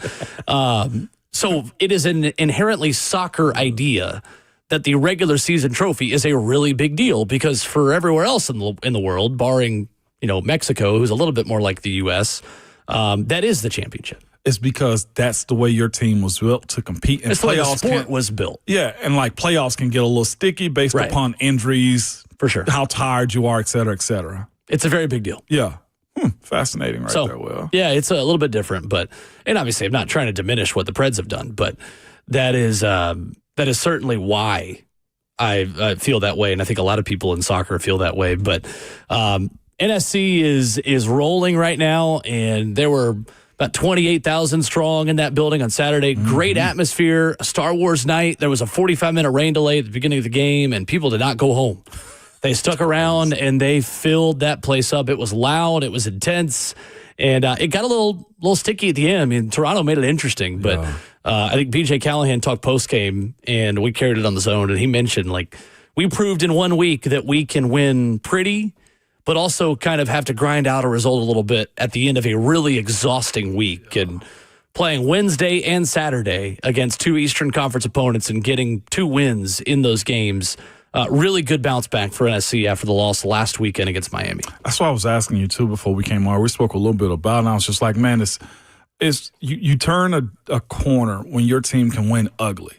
I know a lot of people hate those type of matchups, especially if they go to them or got to watch them on TV. You get a bounce back at the end of this match, Will, and it's what helps you win. Winning ugly for a team is what I'll say is actually a really good thing. So shout out to Nashville SC, man. That's right. It was fun.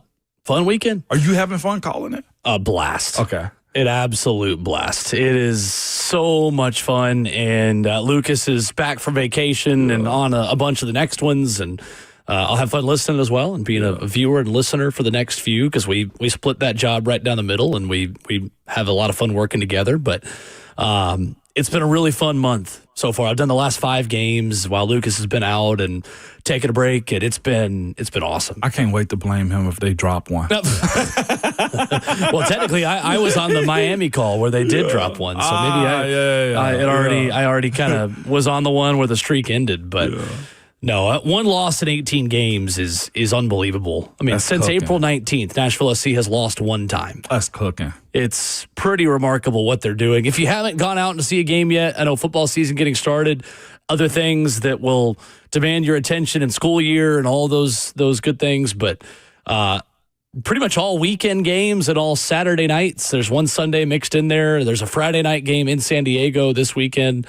But you've got a lot of opportunities to go see that team and see it for cheap tickets and good food and good atmosphere. Like, it is just a really fun bandwagon to jump on, and we got plenty of room for you. Oh, by the way, parents, tax-free weekend this weekend for you back to school. Yeah, that's right. Okay, I don't know if you get the news or the memos or why you go get the paper, but it's this weekend. Paper. Yeah, that's right. Gotta Absolutely. say it for the old head parents out there. Cut out the paper. coupons, the Yeah, coupons. I'm telling you, y'all better get in on this, man. Coming up, the Monday Roast, your chance to complain. Who in sports, who in your life, who on your work commute deserves to be roasted? We'll give you our submissions next.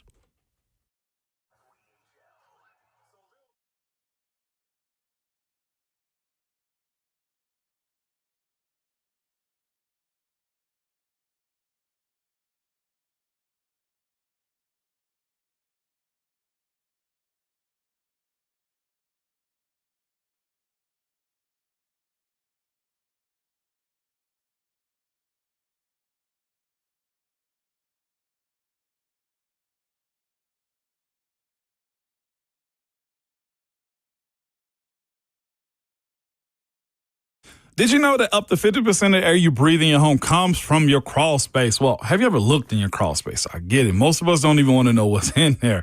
But moisture in your crawl space can create an unhealthy issue that can make its way into the air you breathe every day in your home. It's Ramon Foston. This is where United Structural Systems can help you. USS has been keeping homes dry and stable in Middle Tennessee since 1994, so you know they aren't going anywhere. You can help control moisture and musty smells with mold treatment and crawl space encapsulation that comes with the USS guarantee. Encapsulation helps reduce high humidity in your crawl space. It also helps deter mold and mildew and protects your crawl space from pests and wood rot. So turn your crawl space into a healthy place. Reach out to the company I know that's known for all our foundation repair and waterproofing needs, man, and that's United Structural System. You can go to that website at USSTN.com. That's USSTN.com, or call them 615-488-7855. United Structural Systems.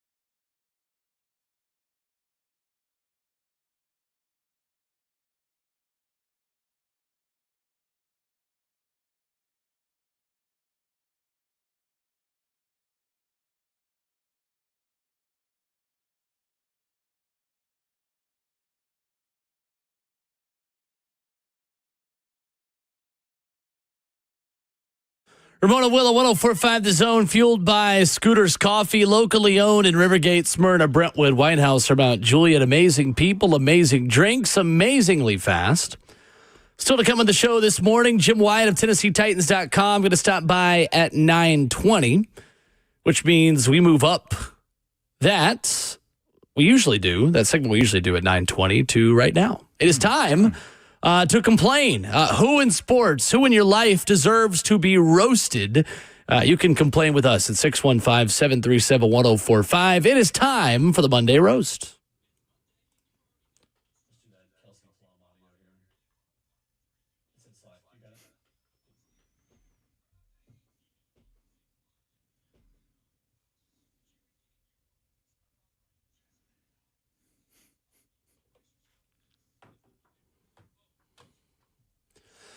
You can roast anybody you'd like. 615-737-1045. If they're in the car with you to start the morning, I'd just proceed with caution.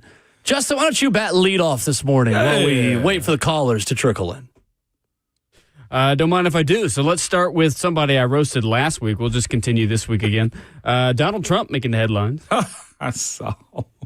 Speaking of treading lightly, tread lightly. We'll stay as least amount of political as humanly possible. But Donald Trump making the headlines that he is possibly going to ban, or I guess push back, the Washington Commanders' build on their new stadium if they don't change their name back to the Redskins. So he's putting his foot in his mouth. He's putting his foot in the NFL. All he's trying to do here is he's trying to push back because he wants history to repeat itself. He's also wanting, I think, the Cleveland Indians to return. So get away from the Cleveland Guardians, go back to the Cleveland Indians. So Donald Trump is still just making headlines. And you know what? I don't understand why he has to put a hold on the stadium just for a name change. So Donald Trump. Boom. Roasted. Yeah, keep politics out of my sports. I ain't touching this one. Yeah. That's all I'm really going to say. Sports. I took hell for that in 2017. Keep it out of my sports is what I tell you. Let some people do. When did the name change occur? Was it 2020, I think? 2020, 2022, something like that? It caused obviously a big stir, and we don't need to revisit why these names were changed. Thank you, Jayhawk. So that was awesome. Other than that, I'm not touching it. Yeah, 2020. Yeah, 2020. Yep, absolutely. 2 seasons, they were the football team. In 2022, they adopted the Washington Commanders. Yeah. The football team was good. Oh, my gosh. My bad. I'm over here parenting and dadding it's okay. from Florida. My wife and them got a nail in a tire down there. So, not fun. Not fun. Yeah, got to hit a tire shop. Well, you deal with that. Justin, you got any other ones, or is that your one roast? No, that's the one roast. There's not a lot of sports going on right now. No, fair enough. I am going to go with Kelsey Plum as my Monday roast. In an effort to be united, the WNBA Players Association wore T-shirts that say, "Pay us what you owe us," for warm-ups of the WNBA All-Star Game over the weekend. And then Kelsey Plum, while saying that she wanted players to be united, took a shot at Caitlin Clark. Well, it was a very powerful moment. We didn't, at least as players, we didn't know that was going to happen. So I think it was kind of like a genuine surprise. But the T-shirt, just united front, was determined this morning that we had a meeting for. And, not to tattletale, but 0 members of Team Clark were very present for that. But no, we were just... We had a very that really needed to be mentioned. That's Sabrina Ionescu. I'm trying to make a situation light, okay? But yeah, no, I think it was just all of us getting on the same page for the game. We wanted to do something that was just united and collective, and I thought that it was a very powerful moment and got the point across. And sometimes you don't have to say anything.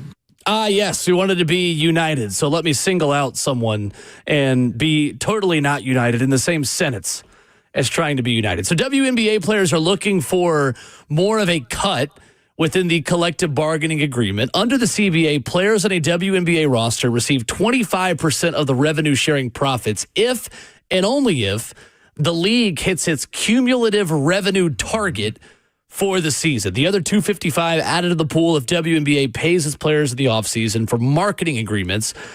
Conversely, the NBA has a 50-50 revenue split, with its players, who receive 50% of all revenue generated regardless.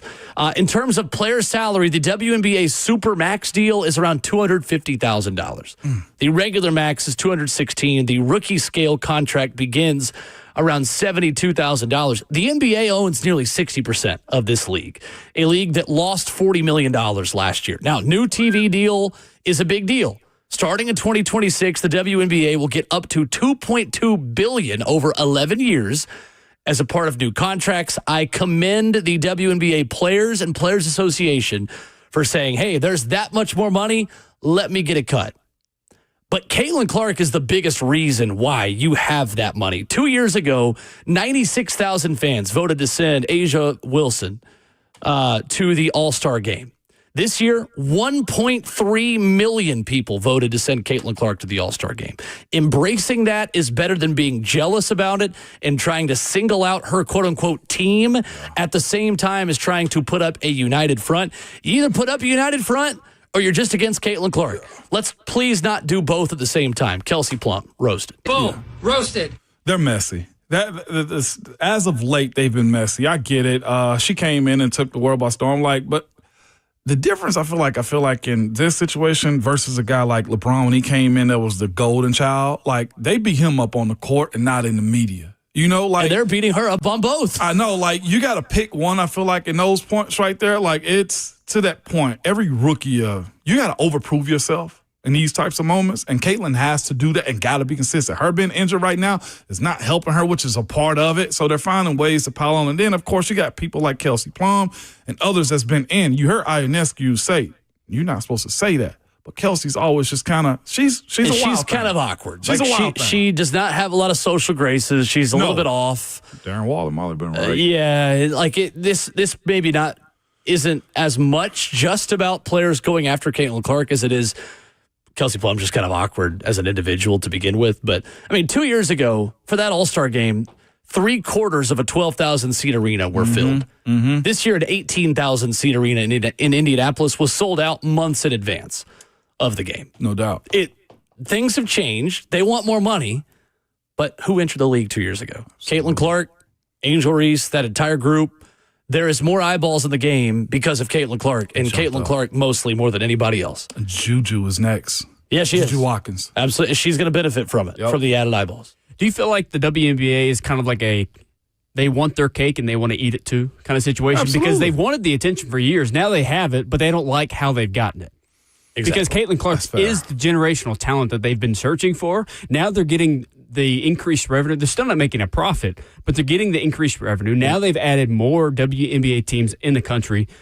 The profit's going to come. They just don't like how they've gotten it. Well, they've added games. They've added games to the regular season and playoff schedule. The finals are going to be a best of 7 now instead of a best of 5. Like, there's additional revenue to be had, and the players should be asking for a bigger cut because the pot just got a whole lot bigger. Mm-hmm. Yet they're getting the same percentage of that pot, and their salaries are still extremely low considering how marketable some of these ladies are.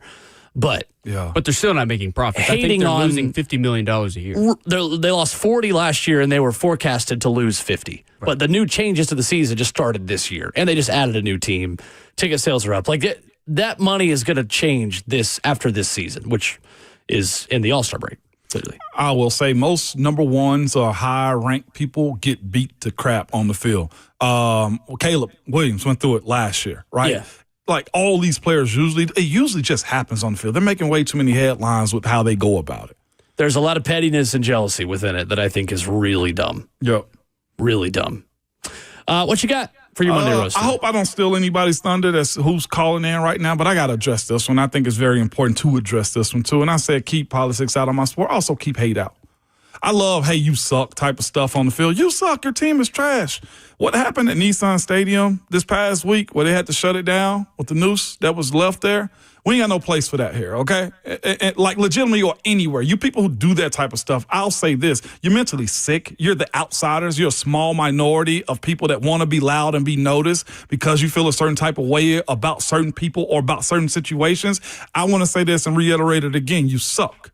Okay, people don't want to deal with you types, and I do mean you types of people. So the folks that do that, and I hope the FBI, TBI, and local law enforcement find out who did it. I hope they got AI around this whoever you are to find you in these types of situations right here. Because, again, you're not going to stop the train of what people in this city, in this country want to do as it pertains to how they want to live their lives. That is a place where people go to have fun, to release themselves from all of this type of stuff. And you feel the need to want to be this important. I hate the fact that we even have to bring this up or even talk about it, too. So the people of Nashville, Tennessee, and just across the state, come together against dumb stuff like this and roast these folks and out these folks in situations like this. Most time it might just be a political situation that, hey, I don't like this person or what they believe in. But now when it affects your sports or affects you directly, and this is a situation where it directly affects you and your tax dollars and how you go about having fun in the city that you love, that's most attractive to a lot of people in the city. We got no place for that in society in general. We got no place for it specifically here at a place, again, where you're supposed to be together as one. We come together on Saturdays and Sundays and Thursdays and Monday nights. And your little small sector will die out at some point, or we'll just choose not to give you like I'm doing right now. But again, for those folks, boom, roasted. Boom, roasted. Well done. And also an NFLPA too. Boom, roasted on that one. Boom, roasted. Very well said. It's unbelievable that we even have to say that. Or that we have to address it. It's embarrassing for our city. Moving on. Moved on. All right. Well done. Nothing else I need to add to that, but I agree with every word. Yeah, but you can if you need to. No, I agree with every word. You covered it. It's totally ridiculous and totally embarrassing that's even has to be a thing. Mm-hmm. So it's sickening, honestly. It is. To the phones we go. The Monday Rose, 615-737-1045. James leads us off up first. What up, James? What's up, guys? Morning. What's going on? Ramon, I'm very glad you said that. That was very important to be heard. Thank you. But my roast for the day is definitely the Washington Nationals. I am a diehard fan, unfortunately, but they just suck. They just suck. They fired the manager and they fired the GM, but I see nothing prominent in the future. Ownership, the issue there, James, for you? Kind of. I think it was more the manager. Yeah. But I was kind of shocked they got rid of Mike Rizzo, right, to be honest. But apparently this new guy, Mike DeBartolo or whatever his name is, apparently he was the one who came up with all the trades that actually brought over the pieces. But I think it's more, they need to get rid of the hitting coach and they really need to get rid of the pitching coach.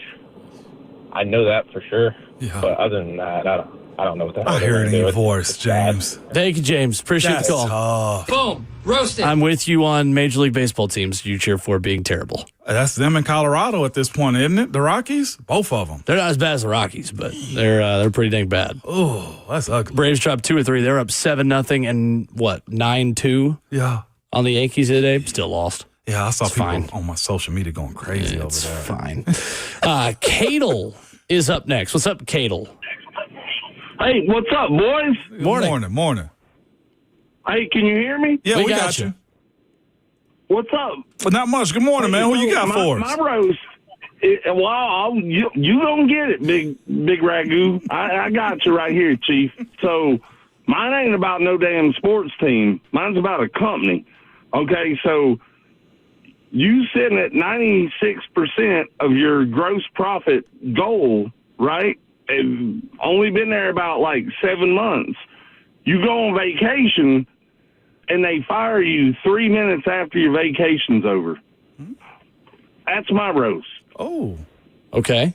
Oh, no, hell to the sorry. I'm sorry. Oh, man. My bad.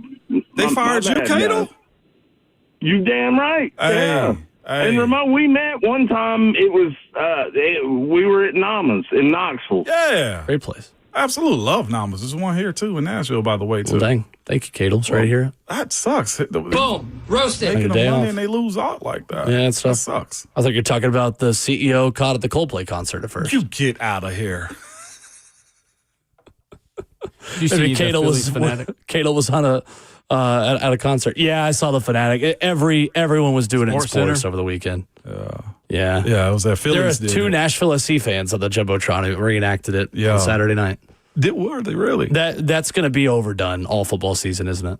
Like Yeah. football season, teams are going to be doing Coldplay Cam It's like the joke's played. Like, how long is that joke still funny? I think all season. I'll be honest with Really? you. It's going to make it to the Super Bowl. Easily making it to the Super Bowl. Morgan Wallen had a concert, I think, Saturday night, and he asked if there was anybody that was in a relationship, but he doesn't condone cheating, and then he paused and he said, anymore. Tough. Man, thinking about our guy Kayla's there, he getting fired from vacation sucks, by the way. That's not fun. Yeah, that's not okay. Not fun.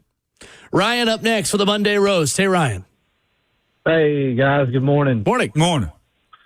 My roast is for all the people that love to say, I've heard a lot of people say, and I just had a buddy who, resigned from his head coaching job because a lot of people are saying, now we have President Trump. A lot of people are saying, I'm a pastor. I always deal with. A lot of people are saying, a lot of people ain't saying nothing. If a lot of people are saying, I want a lot of people's names. How about that? That's good. That's good.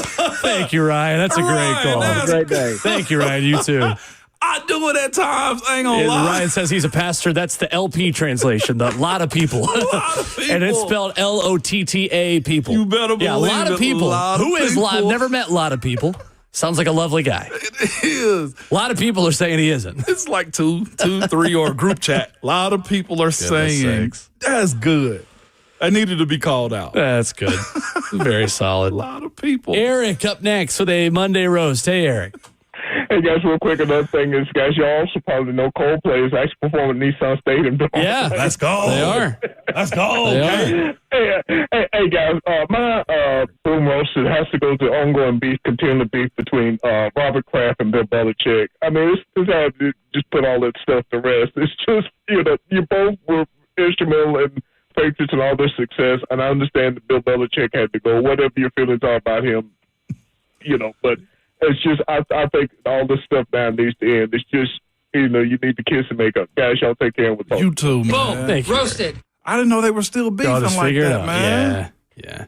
I didn't know they were still beefing like that. Mm-hmm. I guess when you make a lot of money, you got to find the small petty things to fight about at that point. Right. The other beef that's supposed to be is Jerry and Kraft too. Jerry Jones, Robert Kraft also. Mm-hmm. That's pretty interesting. Robert Kraft is just kind of, a lot of people are saying that Robert Kraft is just not a good guy to deal with. We got to find a new phrase. A lot of people. A lot of people. What are a lot of people saying? People talking about people. 615-737-1045. We can take more of your Monday roasts. Plus, there is a major organization in sports that is just totally rebranded and changed its name. We'll tell you who is becoming a new identity. A lot of people are saying that it might work to help them market themselves. Coming up next.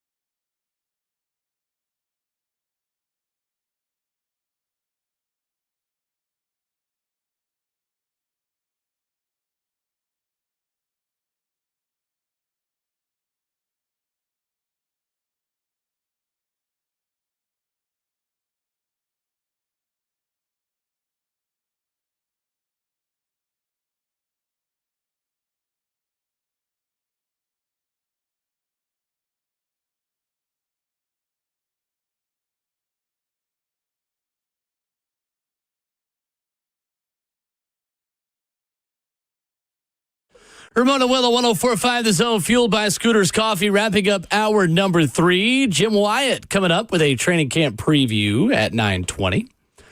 Your phone calls at 615-737-1045. Rest in peace, Whoa. American Athletic Conference. Ramon Foster, it no longer exists. I was about to say, Will, I didn't know we were announcing deaths on the radio. Major change. R.I.P. in peace to the American Athletic Conference. It's not going away. It's just rebranding to the American Conference. Yeah. I'm here for it. That's league-changing news there for your Monday morning. Dropped weren't this Conference USA at some point too? Basically. I mean, Conference USA still exists. They do? Yeah. Oh. Yeah. All these leagues have just... Many of them have the same names. Many of them are new. It is more of a Big East replacement. Okay. That's what you're thinking. All right. Well, congratulations to them, man. Like I said, trying to package everything up and rebrand. Rebranding is a thing, man. I'm here for it, Will. It is something. They are also representing Soar the Eagle. They have a mascot. Sure.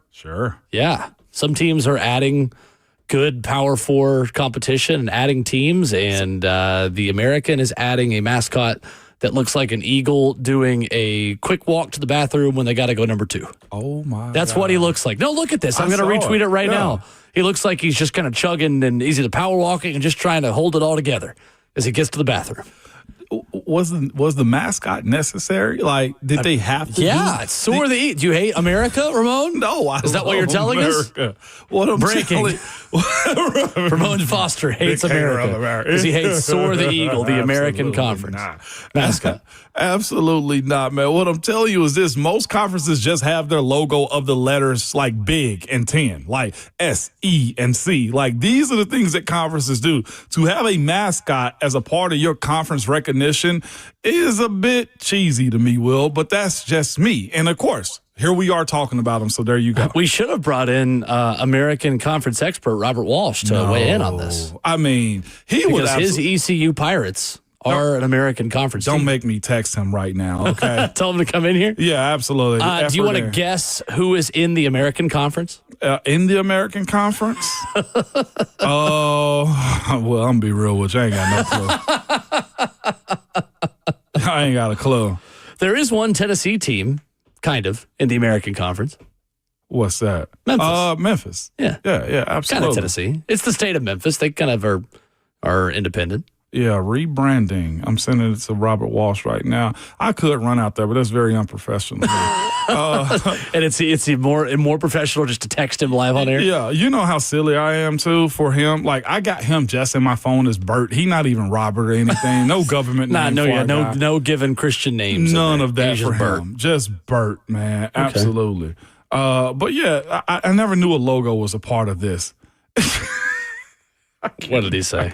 I can't. He just said, "Man, that crap is so corny." That's all it was. That's American Conference expert Robert Walsh. So the American Conference, ECU in Memphis, UAB, Army, Charlotte, Florida Atlantic, hashtag the FAU, as Lane Kiffin called it. He called it, though. Navy, North Texas, Rice, South Florida.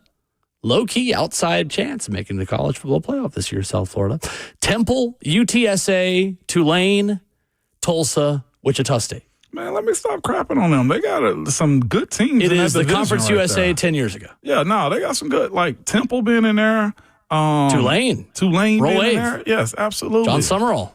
That's a good conference. Let me stop that. That was solid right there by them. Built to rise, it says. Brand evolution of the American. Okay. That's just overkill at this point. Okay, well. I want to know, how much do they pay an ad agency to come up with this?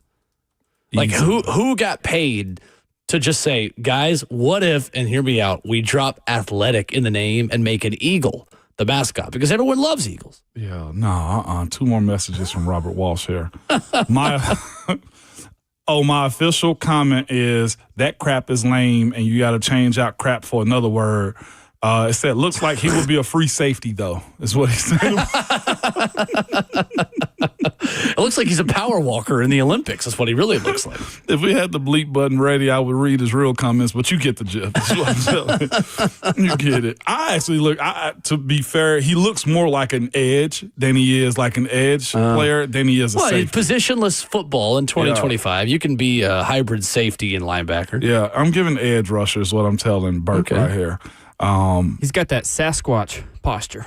Yeah, he does. Got big calves. Sasquatch posture. Boy, look at the feet on that. Oh, like the walking Sasquatch. Oh, yeah, I see what you mean. How much did the agency get paid to do this? That's what I want to know. Easily for their conference. I'm thinking this is a rebranding. $500K. Minimum 250. Minimum 250 to sit in a room and throw stuff at a wall. And a walking eagle, like I would have felt better if it was like a flying eagle with the wings out, like how the Ravens do theirs or something like it. The walking, like we're talking about a bird, okay, with shoes on. Yeah. You should have put like some talons on this thing more than anything. Like they missed the mark by putting it in a football outfit also. Like why you have it in a uniform? There's so many things wrong with it now that I'm looking at. This is the only NCAA conference-wide mascot. Conference-wide mascot? Yeah. What would the SEC's mascot be? Greg Sankey at this point. Just imagine somebody like the walking Greg Sankey. Somebody like the leprechaun for Notre Dame just dresses up as Greg Sankey, and it's just the mascot on the sidelines for the SEC championship game. Yes, this is so corny. Yeah, no, seriously. The SEC mascot would be Thanos. Peter Burns. I say that with respect to Peter, who I think does a good job. What would the SEC? It had to be something related to the South. Nick Saban. Yeah. Just get a mascot head of Nick Saban. I mean, like the logo is in the NBA. You get Saban, like seriously. What is uniquely Southeastern and like SEC? Destin. I'll get a grouper. Atlanta. A grouper. That's the fresh fish that's caught at Destin. No, bass. Because Destin is the official vacation spot of the SEC. Bill Dance Bass. A Bill Dance Bass. Yeah. You just had a grouper running around. That is what the nickname of the FCS Southeast team is of the new football video game, the Groupers. Which is really funny. I love grouper. I do too. I love grouper. It is still July, even though football comes back this week. Coming up, 615-737-1045. We will hit the headlines for you if you are waking up late this morning. Plus, Jim Wyatt coming up at 9:20 as Hour 4 of Ramon and Will continues after this.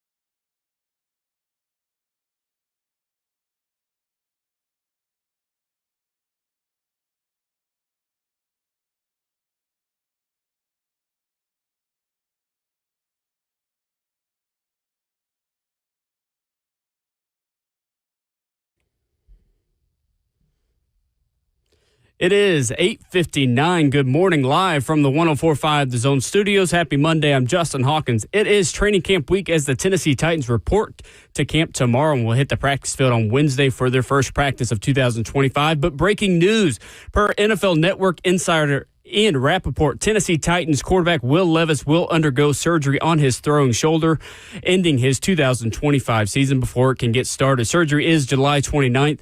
Levis has elected to have the procedure to ensure his long-term health based on medical opinions, one that should help him be ready for the start of 2026 season. Other NFL news, a few practices in and a couple injuries already piling up for the Detroit Lions. Defensive lineman Levi Uwazurike will miss the entire 2025 season after suffering a torn ACL in practice. He underwent surgery yesterday. And also Lions cornerback Ennis Rakestraw Jr. suffered a chest contusion in practice yesterday, and he will miss a few days of practice. For all your foundation repair and waterproofing needs, you got to go to USSTN.com. Breaking news at once on your home for the Titans and Vols. This is 104.5 The Zone.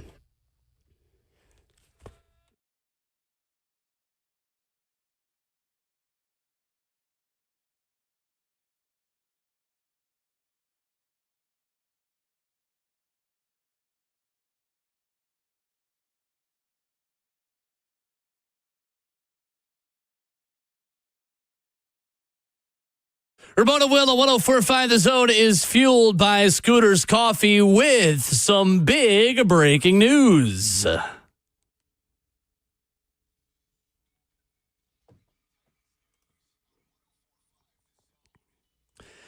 You just heard a moment ago from Justin Hawkins, our producer, Ian Rappaport of NFL Media, the first to report it. Tennessee Titans quarterback Will Levis will undergo surgery on his throwing shoulder, ending his 2025 season. Surgery is July 29th.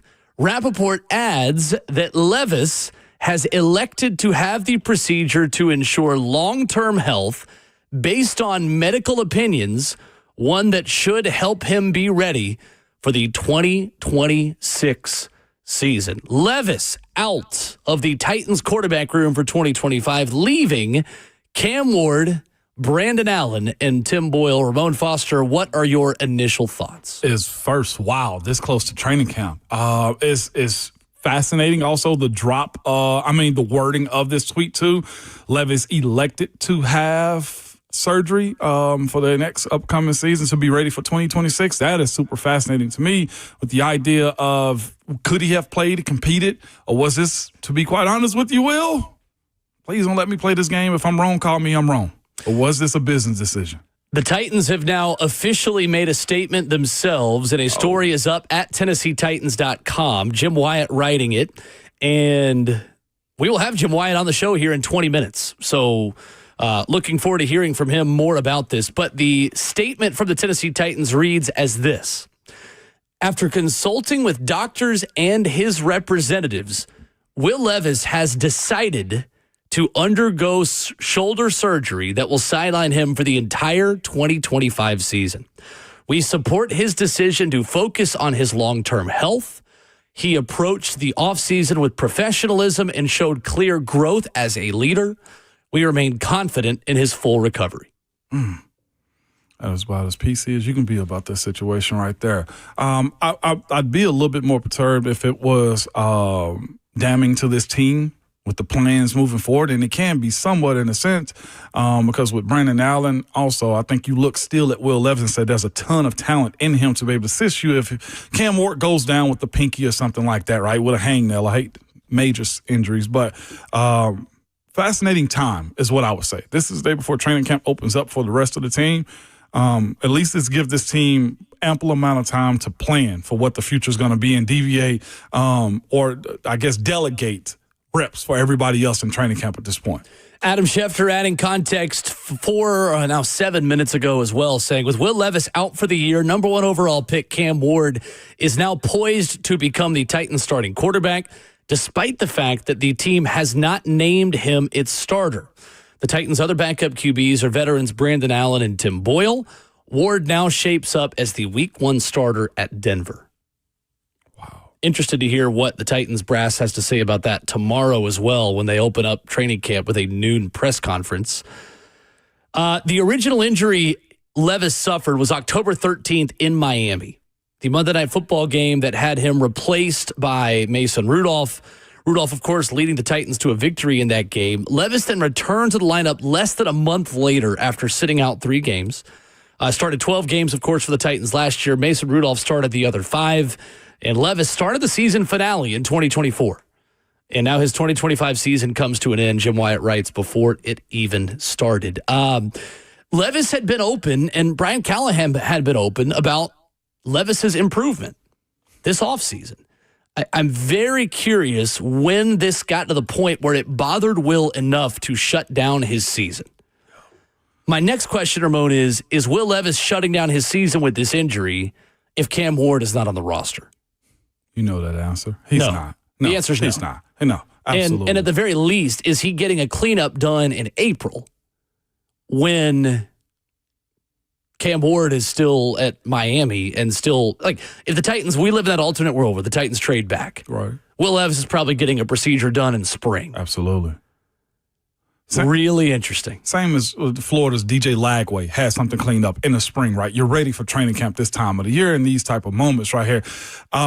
This is, in my personal opinion, this is just my opinion, and I can speak on this because I'm not the president of the NFLPA. But these are the situations right here where you preserve your career, in my personal opinion. You know that they drafted a guy directly at your position. Number 1 overall. Those guys have played on every single team that they've been drafted at, almost to a T in the new NFL with young quarterbacks have to play early. You bring in Brandon Allen also that's played the position also and understands what this offense is under Coach Brian Callahan. There's history there too. So when you look at this situation for Will Levis, one of my main things, and I said this earlier this year, how do you preserve yourself here in Nashville, Tennessee, and also get reps? We spoke about it the entire offseason on how you look at 4 quarterbacks. There isn't enough football or reps in one practice to actually build a case for yourself to be a starter. And my contingency was you either need to get rid of Will Levis or just go ahead and make it Cam's team, because all this spring and OTAs and minicamp, they split reps. There was really no one. Everybody went to it. But now, Will, we get closer to the season. Only question I have about this one is, was this a team discussion on behalf of Will Levis too? Or was this a, hey, I'm not going to get a lot of reps when the season kicks off. He knows the business. He's no dummy, Will Levis, you know? Best way to preserve himself, to not hurt himself, and also not be devalued is probably IR. You're probably right. Honestly, if we're talking about self-preservation, yeah, there's no better time than right now. He still, in my opinion, I think is viewed higher than I think the people in Nashville view him. You want to know why I say that too? Because I do, well, not a lot of people. I've had conversations with people who are around the NFL that have said Cleveland Browns absolutely think Kenny Pickett can be their quarterback for the future. You want to know why? He goes to a place like Philly, probably sees a winning culture. Sure. Now he's a new free agent, going to a new place that they believe that they can, again, to that point, do the rehab on the broken quarterback. Uh-huh. So I think now for the Titans, my next question, Ramon, is how much clarity do we get about Cam Ward being the starting quarterback right away? Like when camp starts Wednesday, is Cam Ward immediately taking the reps with the ones? I don't know if that's totally a foregone conclusion. Considering what we saw from Brandon Allen earlier in the offseason, I have no doubt that Cam Ward is the week 1 starting quarterback, especially with Will Levis now out for the season. But I don't think it's just still going to be handed to him right away. I think it's likely that Cam takes the reps with the ones, but I don't think it's 100%. The other question is, who's the 4th arm they bring in? Because Mike Bergonzi and Chad Brinker have talked all offseason about the value of having 4 quarterbacks. Well, now you have 3 again. Tim Boyle, Brandon Allen, and Cam Ward. The available starting quarterbacks that have started games of the past couple of seasons are just available quarterbacks in general, Ramon. This is the list. Who stands out to you among these guys? Carson Wentz, Teddy Bridgewater, C.J. Beathard, he of Battleground Academy fame, a local, Tyler Huntley, Jeff Driscoll, old friend Logan Woodside, Don Davenport just perked up, and Jake Fromm.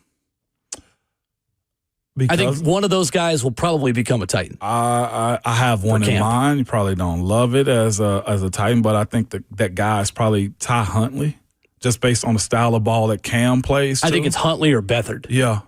Yes, 100%. Yep. You want to keep the offense as much of the same as you possibly can, or have a guy that can substitute you in. But it's Ty Huntley. I think is probably top of that list right there. This is a unique situation, especially from a quarterback. Those guys are heralded as some of the smartest guys on the field, right? And Will Levis was the future quarterback. I mean, the franchise quarterback of this organization too. So to see him elect to have a surgery like this right now, it's kind of bothersome, but it's this part of it too. I think, and we knew this as soon as Cam was drafted, but his future here in Tennessee is done.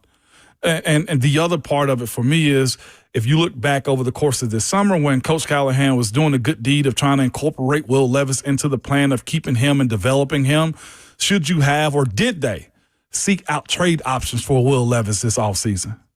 And if not, if so, what was the return on him? That's a good point. Is his trade value now gone for 2026? Yeah. It is. He's a clear and free agent the way I look at him moving forward now. What is this, year 3 for Levis? Like, at this point, I think you pretty much got to move. This is a move to not devalue him. And I think it's good on his camp to make a move like this. It just sucks as far as the team dynamic, especially, let's say if Coach Callahan got caught blinded. He was blindsided by this, let's say last night, if that's when they found out, or over the weekend. You got to be somewhat ticked off if you Callahan, be like, dude, I poured into you. You knew you had this. But you would have fought if this was your position. Now that it's not your position, you screwed me over. Now, it can go both ways. I would almost feel like that he thought he was going to push through this one and realize the writing was on the wall when the season kicks off. It gets off. You remember I told you earlier, you asked me, what's the veteran mindset? And I said to you then, it is, how am I going to survive, 6 weeks of hell in training camp? Can I make a roster for the Jeffrey Simmons, Amani Hookers, Calvin Ridley's? They're going to make the squad. Will Levis was in a limbo. To be quite honest with you, either getting traded or can he outright make this team? And I think right now we're getting a little bit of that answer. Question becomes now, are you comfortable with Brandon Allen being your QB2? Ooh. Beyond those other guys who are on that list and above Tim Boyle, who is still here. Carson Wentz, Teddy Bridgewater, C.J. Beathard, Tyler Huntley, Jeff Driscoll, Logan Woodside, Jake Fromm. Backup quarterback options that are on the street. And that's the other part of it, too. It screws you over. If Cam does go down in a game, like you said, Brandon Allen, he's a veteran. He's been around, but knows the system. His win-loss record in the NFL is little to a lot as far as wins and losses go, Backups are backups for a reason. Will Levis has starter-capable ability. It sets the team back. One thing I do think is interesting, speaking on that, the Bengals signed former Raiders and Falcons quarterback Desmond Ridder yesterday. Saw that. The loser of that backup battle between Desmond Ridder or Jake Browning could become your backup quarterback by the end of camp. Yeah. Now, they wouldn't be here for the entire preseason, but on the chance, Ramon, that Jake Browning becomes available and loses the QB2 battle, I would be very interested in Jake Browning being this team's backup quarterback, considering the experience Brian Callahan already has with him. And I think also Browning, I was thinking to myself, is he starter capable? Probably not at this point. Jake Browning? No. But I look at it, I'm trying to find now his contract situation. Did he re-sign this past offseason with Cincinnati? I'm looking it up right now. Come on, internet, work fast for me. But the reason I'm asking this is if Will Levis had the shoulder surgery or shoulder injury the entire summer, could Jake Browning have been a free agent signing also? He was not. Jake Browning signed last offseason for a 2-year, $1.9 million contract. Right. He is a restricted free agent in 2026. Yeah. That's a great question from Scoop in our YouTube chat. You can check us out there, too, if you don't know. We're on YouTube, Twitch, and Twitter also. They said, why do players not get cleaned up directly after the season, Ramon? They usually do. Yeah, they usually do. This is abnormal right here, Scoop. This is, again, in my personal opinion, this is preservation of your career. He wasn't going to start, and the idea of he went in, there's no telling, like, the anxiety of performing behind Cam was going to be a thing. And remember, we spoke about this dynamic a little bit, too, of there's probably a portion of the locker room that feels, hey, Will Levis is still my guy. You'd be shocked. And then the other side is probably Cam, too. this clears that up at least. Cam's the guy moving forward. Move over. I think that is the question. It's one thing to get the cleanup. It's one thing to have the surgery. It's another thing to do this in July. Yeah. Right before camp. Now, here's the other part. As a player that knows it's hard to make it in the NFL, as somebody that knows when you're done, they kick you out, throw you out with the bathwater too, you can't blame him. Yeah. He gets full salary this year. It's a smart business decision from Will Levis. There's no doubt about it.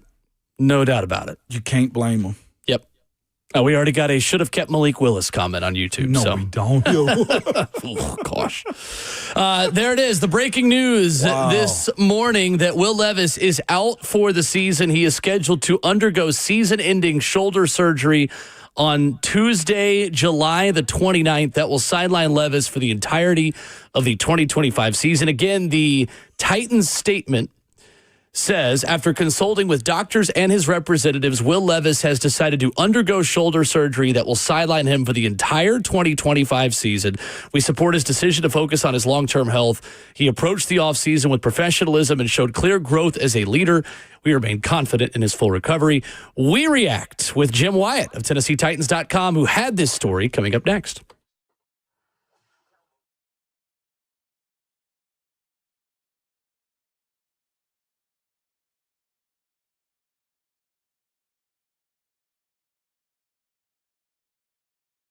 It's Ramon Foster for Hiller Plumbing, Heating, Cooling, and Electrical. Good people, nobody wants to deal with the plumbing, HVAC, or an electrical emergency.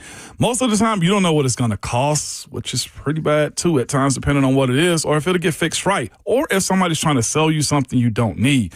When you call Hiller, their experts are going to solve your problems quickly, man. And when I speak about the cost, too, the price that you're told is always the price that you're actually going to pay. There are no hidden fees or surprises when you get your bill, too. And that's because Hiller does awesome work, okay? Their motto is, happy you'll bill, the service is free. And you don't have that motto just by chance. They've been here for over 35 years in our family and operated, too.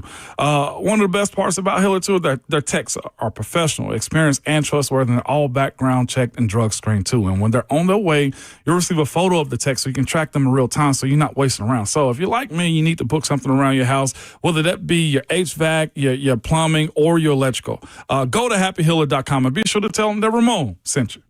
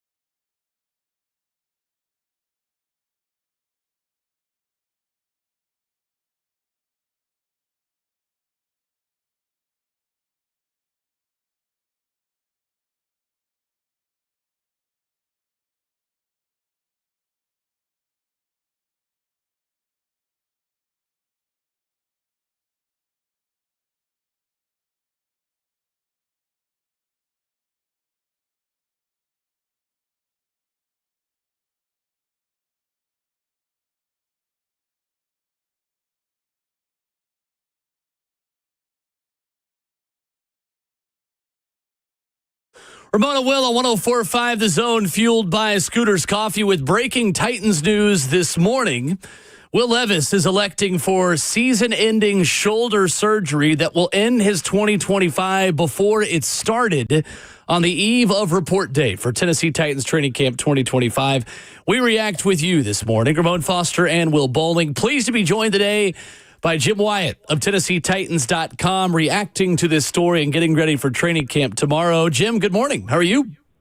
Good morning. I hope you guys are doing well. Good, Jim. Good morning. Yes, sir. We are good. We're excited to watch football this week. And obviously, we are reacting to this news like everyone else is.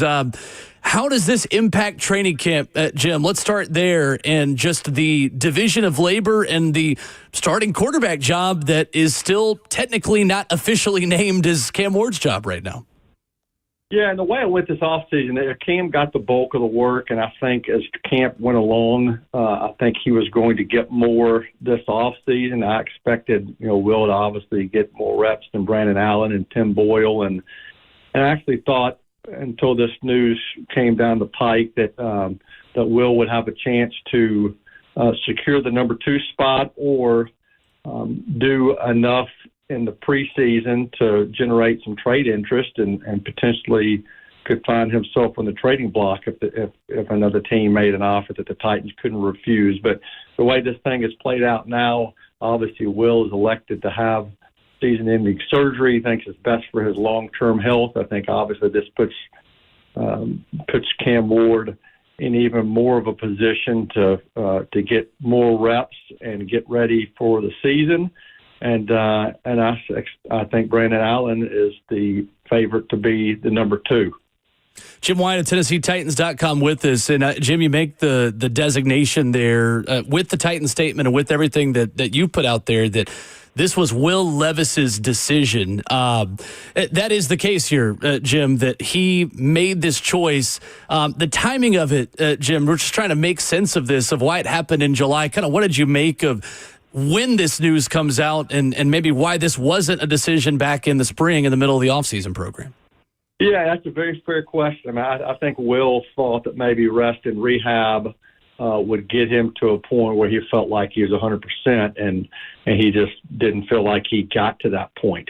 Watching him throughout the offseason, I thought he looked good. He went to California and worked with Jordan Palmer at the start of the offseason. He came back here. I thought he looked better throughout the course of OTAs and minicamp. He took part in all the offseason work and said at the last day, on the last day of minicamp, he felt good, felt like he had put himself in a good position to compete, and certainly didn't get any indication that this was even a possibility. But I think as maybe some time passed and as he consulted with doctors and his representatives, I think he felt like this was in the best interest of his long-term health. So just recently informed the team this is what he wanted to do. And, team obviously supports him, wants him to get healthy. But definitely changes the landscape at quarterback. I always thought Cam Ward was going to be the starter. I still feel like that's going to be the case. Now, obviously, Will Levis is out of the equation to even be a backup.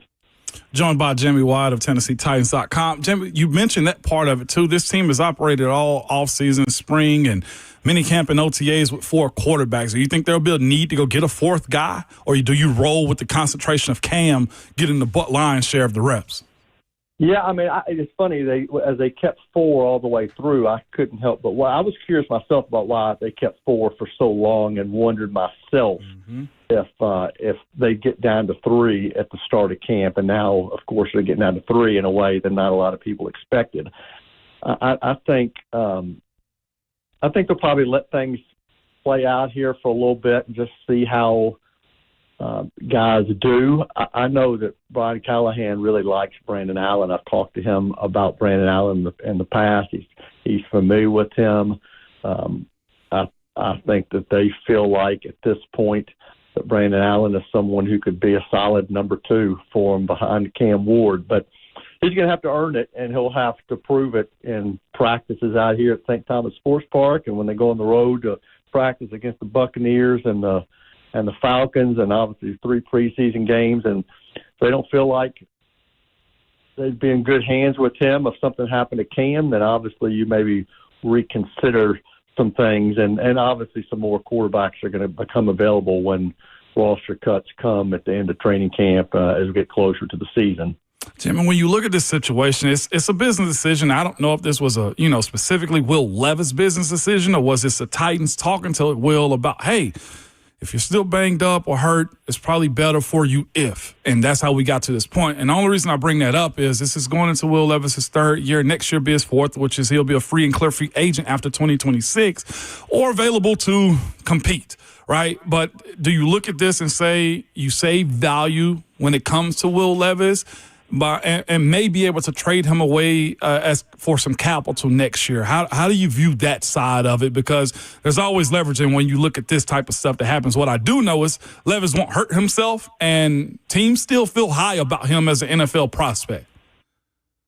Yeah, but I kind of thought he'd build his value and maybe increase his value by doing some good things in the preseason and having people see him. And then maybe as the season starts, I thought that's when you potentially could get some action for him. I don't know what the trade market would be for him sitting out a year coming off of surgery.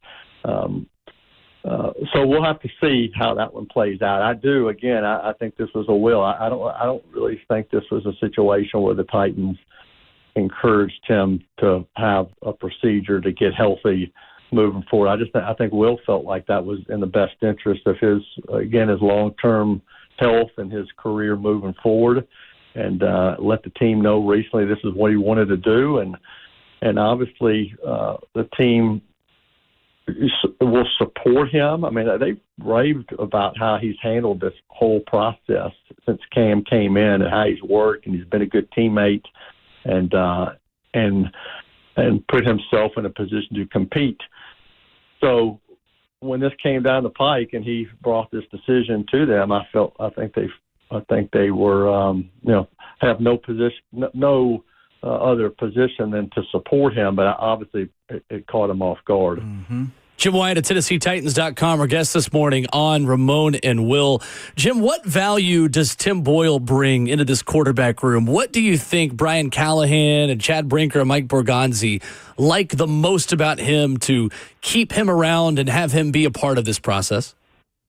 I think just because he's been in so many different systems and somebody who can get you through practices and help a young quarterback. I mean, I think a lot of this obviously is having players and other guys in the room who are going to support Cam Ward as he starts his NFL journey. I mean, I don't think there's any question in my mind that Cam Ward's going to be the starter. So now you've got to have guys, again, who can step in and play in case something happens to Cam, but also guys who can help him on a daily and weekly basis in camp getting ready for the season. I think Brandon Allen can do that. I think Tim Boyle can do this. But when I look at Allen and I look at Boyle, I see Allen in a different category. I think he is someone that you could enter the season with as a number 2 and feel pretty good about. I think Tim Boyle is competing for a situation where he either finds himself as a third quarterback on the roster or he's a practice squad quarterback when the season starts. Or as you guys mentioned earlier, maybe you explore some other options and see if you can upgrade there. So, Jim, when you talk about Cam and you look at maybe now a week where he could take the first rep with the ones this week instead of maybe earning that over the first couple of weeks or in joint practices and things like that, what impressed you the most about him that you want to see more of that you saw back in June at minicamp and OTAs? Just how quick has that learning curve kind of come to him here in Nashville? I think it's come pretty quickly. I mean, he's just got a presence about him and a confidence about him that impressed me from the first time I met him at his pro day down in Miami. And then he comes in here and he's obviously in a locker room with older players, veteran guys who've been in the league for a while. And he quickly develops a relationship with Calvin Ridley, who seems to be energized by having the young guy in the room too. I thought his decision-making was good. I thought it was really accurate. Yes, he maybe forced some throws and made a couple of mistakes during the course of the offseason, but you didn't see consistent issues or anything that was alarming to me when I watched him. I felt like he was a guy that was getting better each week. And I think for Cam and for the Titans, you just want to see that trend continue. And he definitely, has already started the process of getting comfortable with his teammates, getting on the same page with the receivers, understanding what is being taught to him by the coaches. And now, again, there's no question, who the team wants to be the quarterback, and in Denver in week 1, and now Cam's got to go out and solidify it and prove that he's ready. No doubt about it. Jim, and that's kind of where I was going with it. Jimmy Wyatt of TennesseeTitans.com is with us this morning. Jim, also with that, just from a hypothetical, uninformed part of a former player speaking about what this could do for the locker room, though, with this type of move being made this late, because a lot of his teammates will not have the information that probably the trainer room or the coaches have as it pertains to Levis making the decision to go ahead and elect to have surgery. And it may make those guys rally closer to Cam or buy in more to, the idea that he's the guy moving forward, which we already knew. But the guys that have to step up are Calvin, of course, is just a bunch of guys that have to be in that fold when it comes down to protecting Cam moving forward. And also on the defensive side, does this simplify the locker room, in your opinion, with Levis electing to have this surgery? In some ways I can see that. I mean, I think everybody around here likes Will. I like Will. I think his teammates like him. But you know how a locker room works, Ramon. If a guy's been here for a couple of years and was the starter last year and probably still felt like during the course of the offseason that he should be the starter. He could still win this job, but also knows how the league works. When you draft a guy first overall, that guy's earmarked to play. And so now you take any distraction out of the equation. And again, I don't think Will would have been a bad apple in the locker room. I don't think he's a complainer. I don't think he's somebody that's going to mope around and be a distraction. But anybody in there that I'm thinking Will didn't get a fair shake at this, that's no longer a part of the equation. Cam, again, is in position to be this team starter. Will no longer going to be in the mix. And I already thought guys were rallying around Cam just because of his presence and because of his ability. And now you get that even more. I mean, now it's just up to him to go out and prove it. Speaking of proving it, too, there's a couple of young guys that came in with Cam Ward, Alec Ayumana and Chimere DK. How do you see that group right there sifting out who get the most amount of reps, and what did you see from either one of them in the spring? I like both of them, and I look at that position, and the only thing I'm certain of at this point is that Calvin Ridley's the number one receiver. But I really think that DK and Ayumana how quickly they're able to get up to speed and perform is going to dictate just how that whole room shakes out. I mean, it makes sense for Van Jefferson and Tyler Lockett to be 2 and 3 just because of their experience and because of what they've done in the league. And you've got a couple of rookies who have not done anything yet. But I know there's high hopes for those guys after what they did during the offseason. And if they're able to be good early and convince coaches that they deserve to be out there and can make plays for you, I think that changes the pecking order of that whole group. And so I'm curious to see how they do with the pads on. And both those guys, very versatile. DK is somebody who I think can help them on special teams in the returning game as well. I think they're very valuable. And if those guys surge and have a great camp, I think you could see them on the field early this fall, and that would affect some other guys. Jim White of TennesseeTitans.com with us. Jim, it is in that 48-hour span where we expect a lot of news and updates, and a lot of teams will worry about who is here and who's not, and I think the Titans expect to have the same attendance it did for mandatory minicamp. But can you walk us through the injury and the procedure with PUP and with IR and all of these things, Jim? Because I know these things have changed over time. And last season, Nicholas Petit-Frere started the season on the PUP list, yet was brought off of it and practiced about a week and a half later. I think it was the first week in August. For a guy like Lloyd Cushenberry recovering from injury and others, what is that procedure like of PUP list, Jim? Because the way we understand it, guys can come off immediately when they become available now.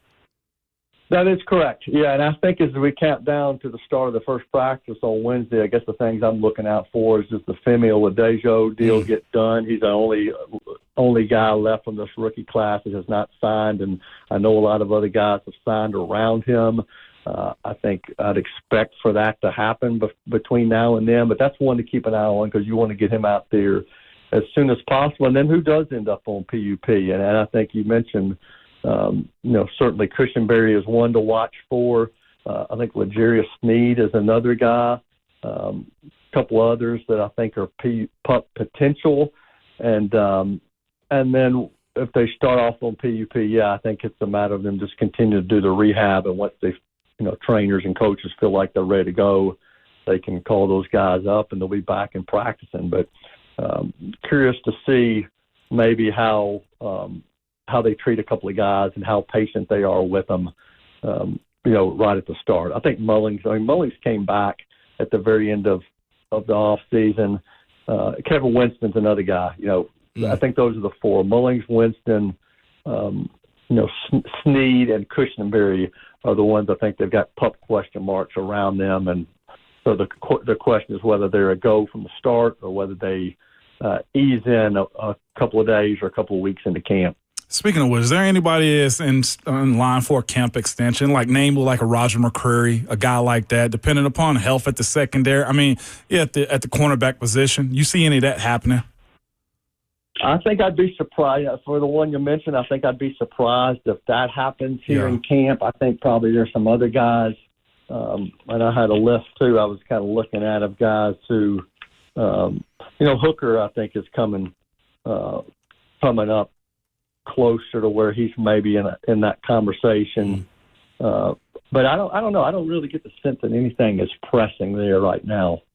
Yeah. Okay. Jim Wyatt, TennesseeTitans.com, joining us. Great stuff, previewing training camp, reacting to the Will Levis news this morning. Jim, we will see you out there this week. Thanks so much. Thanks, Jim. Okay, sounds good. Appreciate it. Y'all have a great day. Yes, sir. You as well. Jim Wyatt, TennesseeTitans.com, with us, reacting to the Will Levis news that is official per Jim and his report at TennesseeTitans.com just about 40 minutes ago.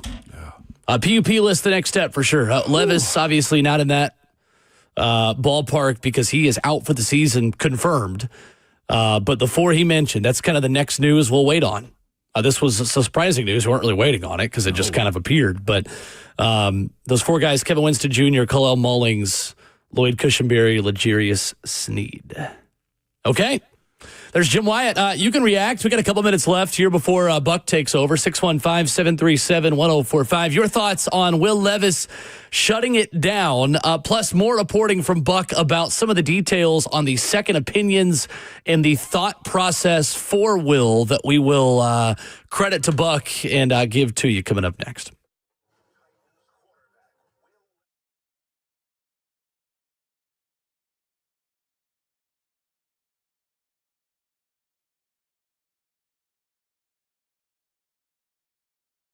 Hey, it's Will Bowling. If you are headed to the beach or pool this summer, I want to tell you about how Brentwood Hearing Center can help you stay involved in conversation, even if you're splashing around in the ocean or in the water. That's right. They've got water-resistant hearing aids that are going to help you or that family member who can't hear as well as they used to understand conversation when there's background noise. Yeah, Brentwood Hearing Center has the latest technology like this, a water-resistant hearing aid that helps you find out what sounds you have been missing. And they've got doctors of audiology at Brentwood Hearing Center that can specifically diagnose your exact issues and the exact technology that is going to help you best. Give them a call today, 615-377-0420, or you can visit them online at BrentwoodHearingCenter.com to learn more about how they can tailor a hearing solution to meet your individual needs. Call them 615-377-0420 online at BrentwoodHearingCenter.com. That's Brentwood Hearing Center. Better hearing, better life.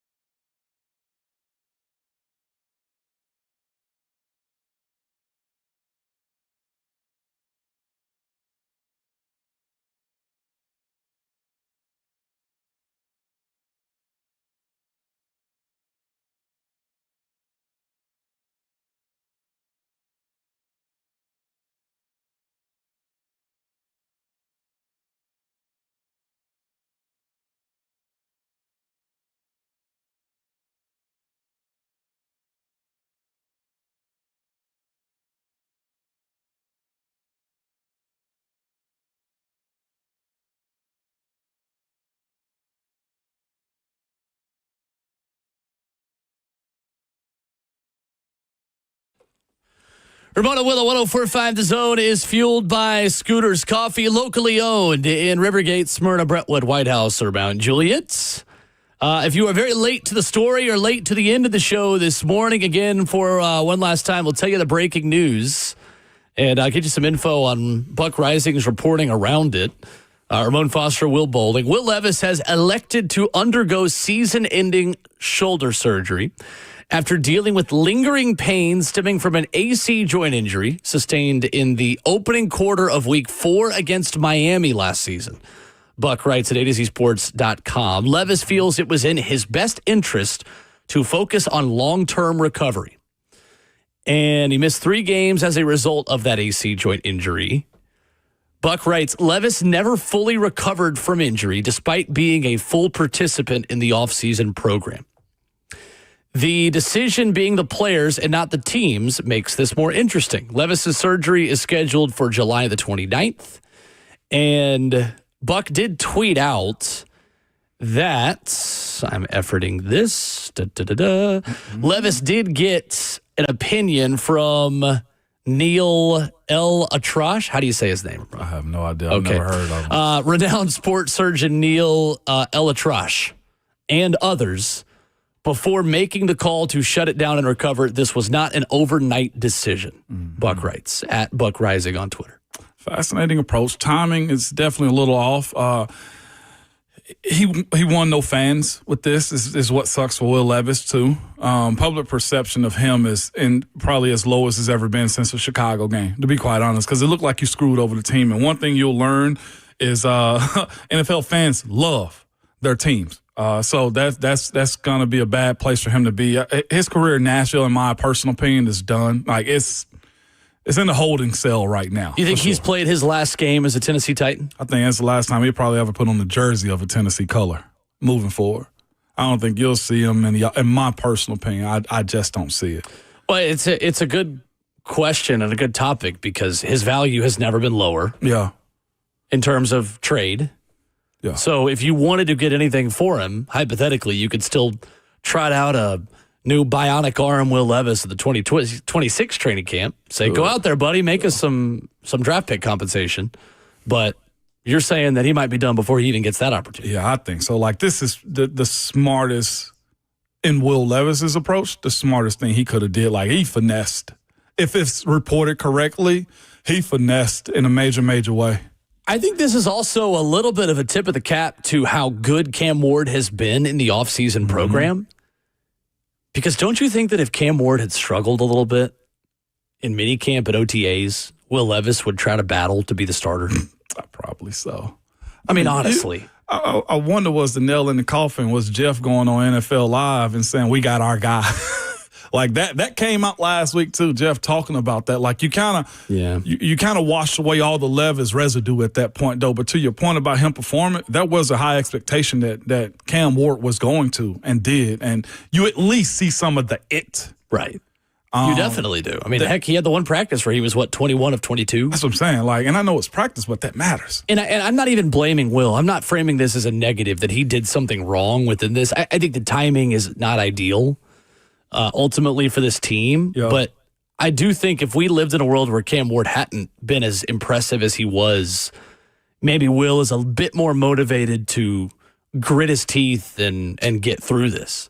Aaron Rodgers.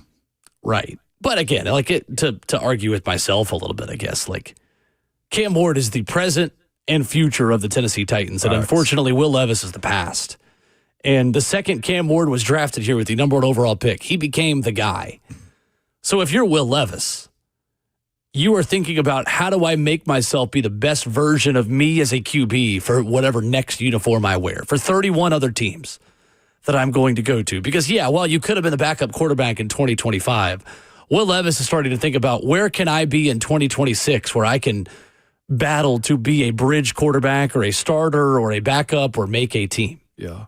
I wonder, and I know a lot of people have. Well, there I am with a lot of people. I know from our Monday roast back an hour ago.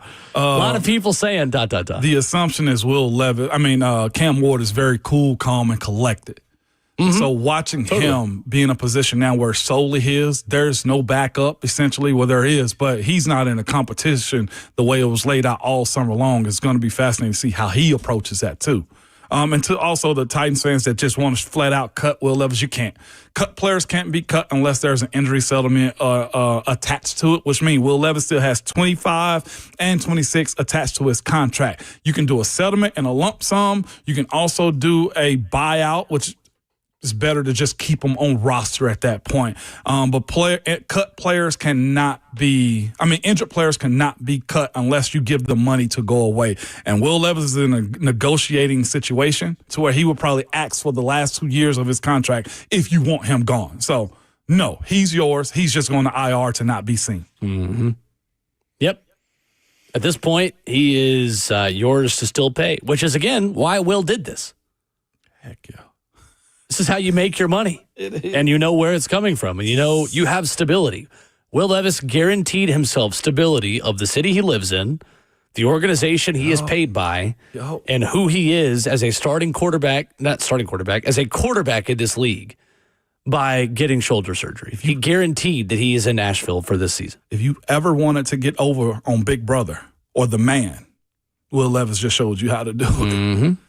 There you go. And not attacking his integrity. But this is what J.C. Tretter got caught saying on a podcast about faking injuries to get what you want. Right.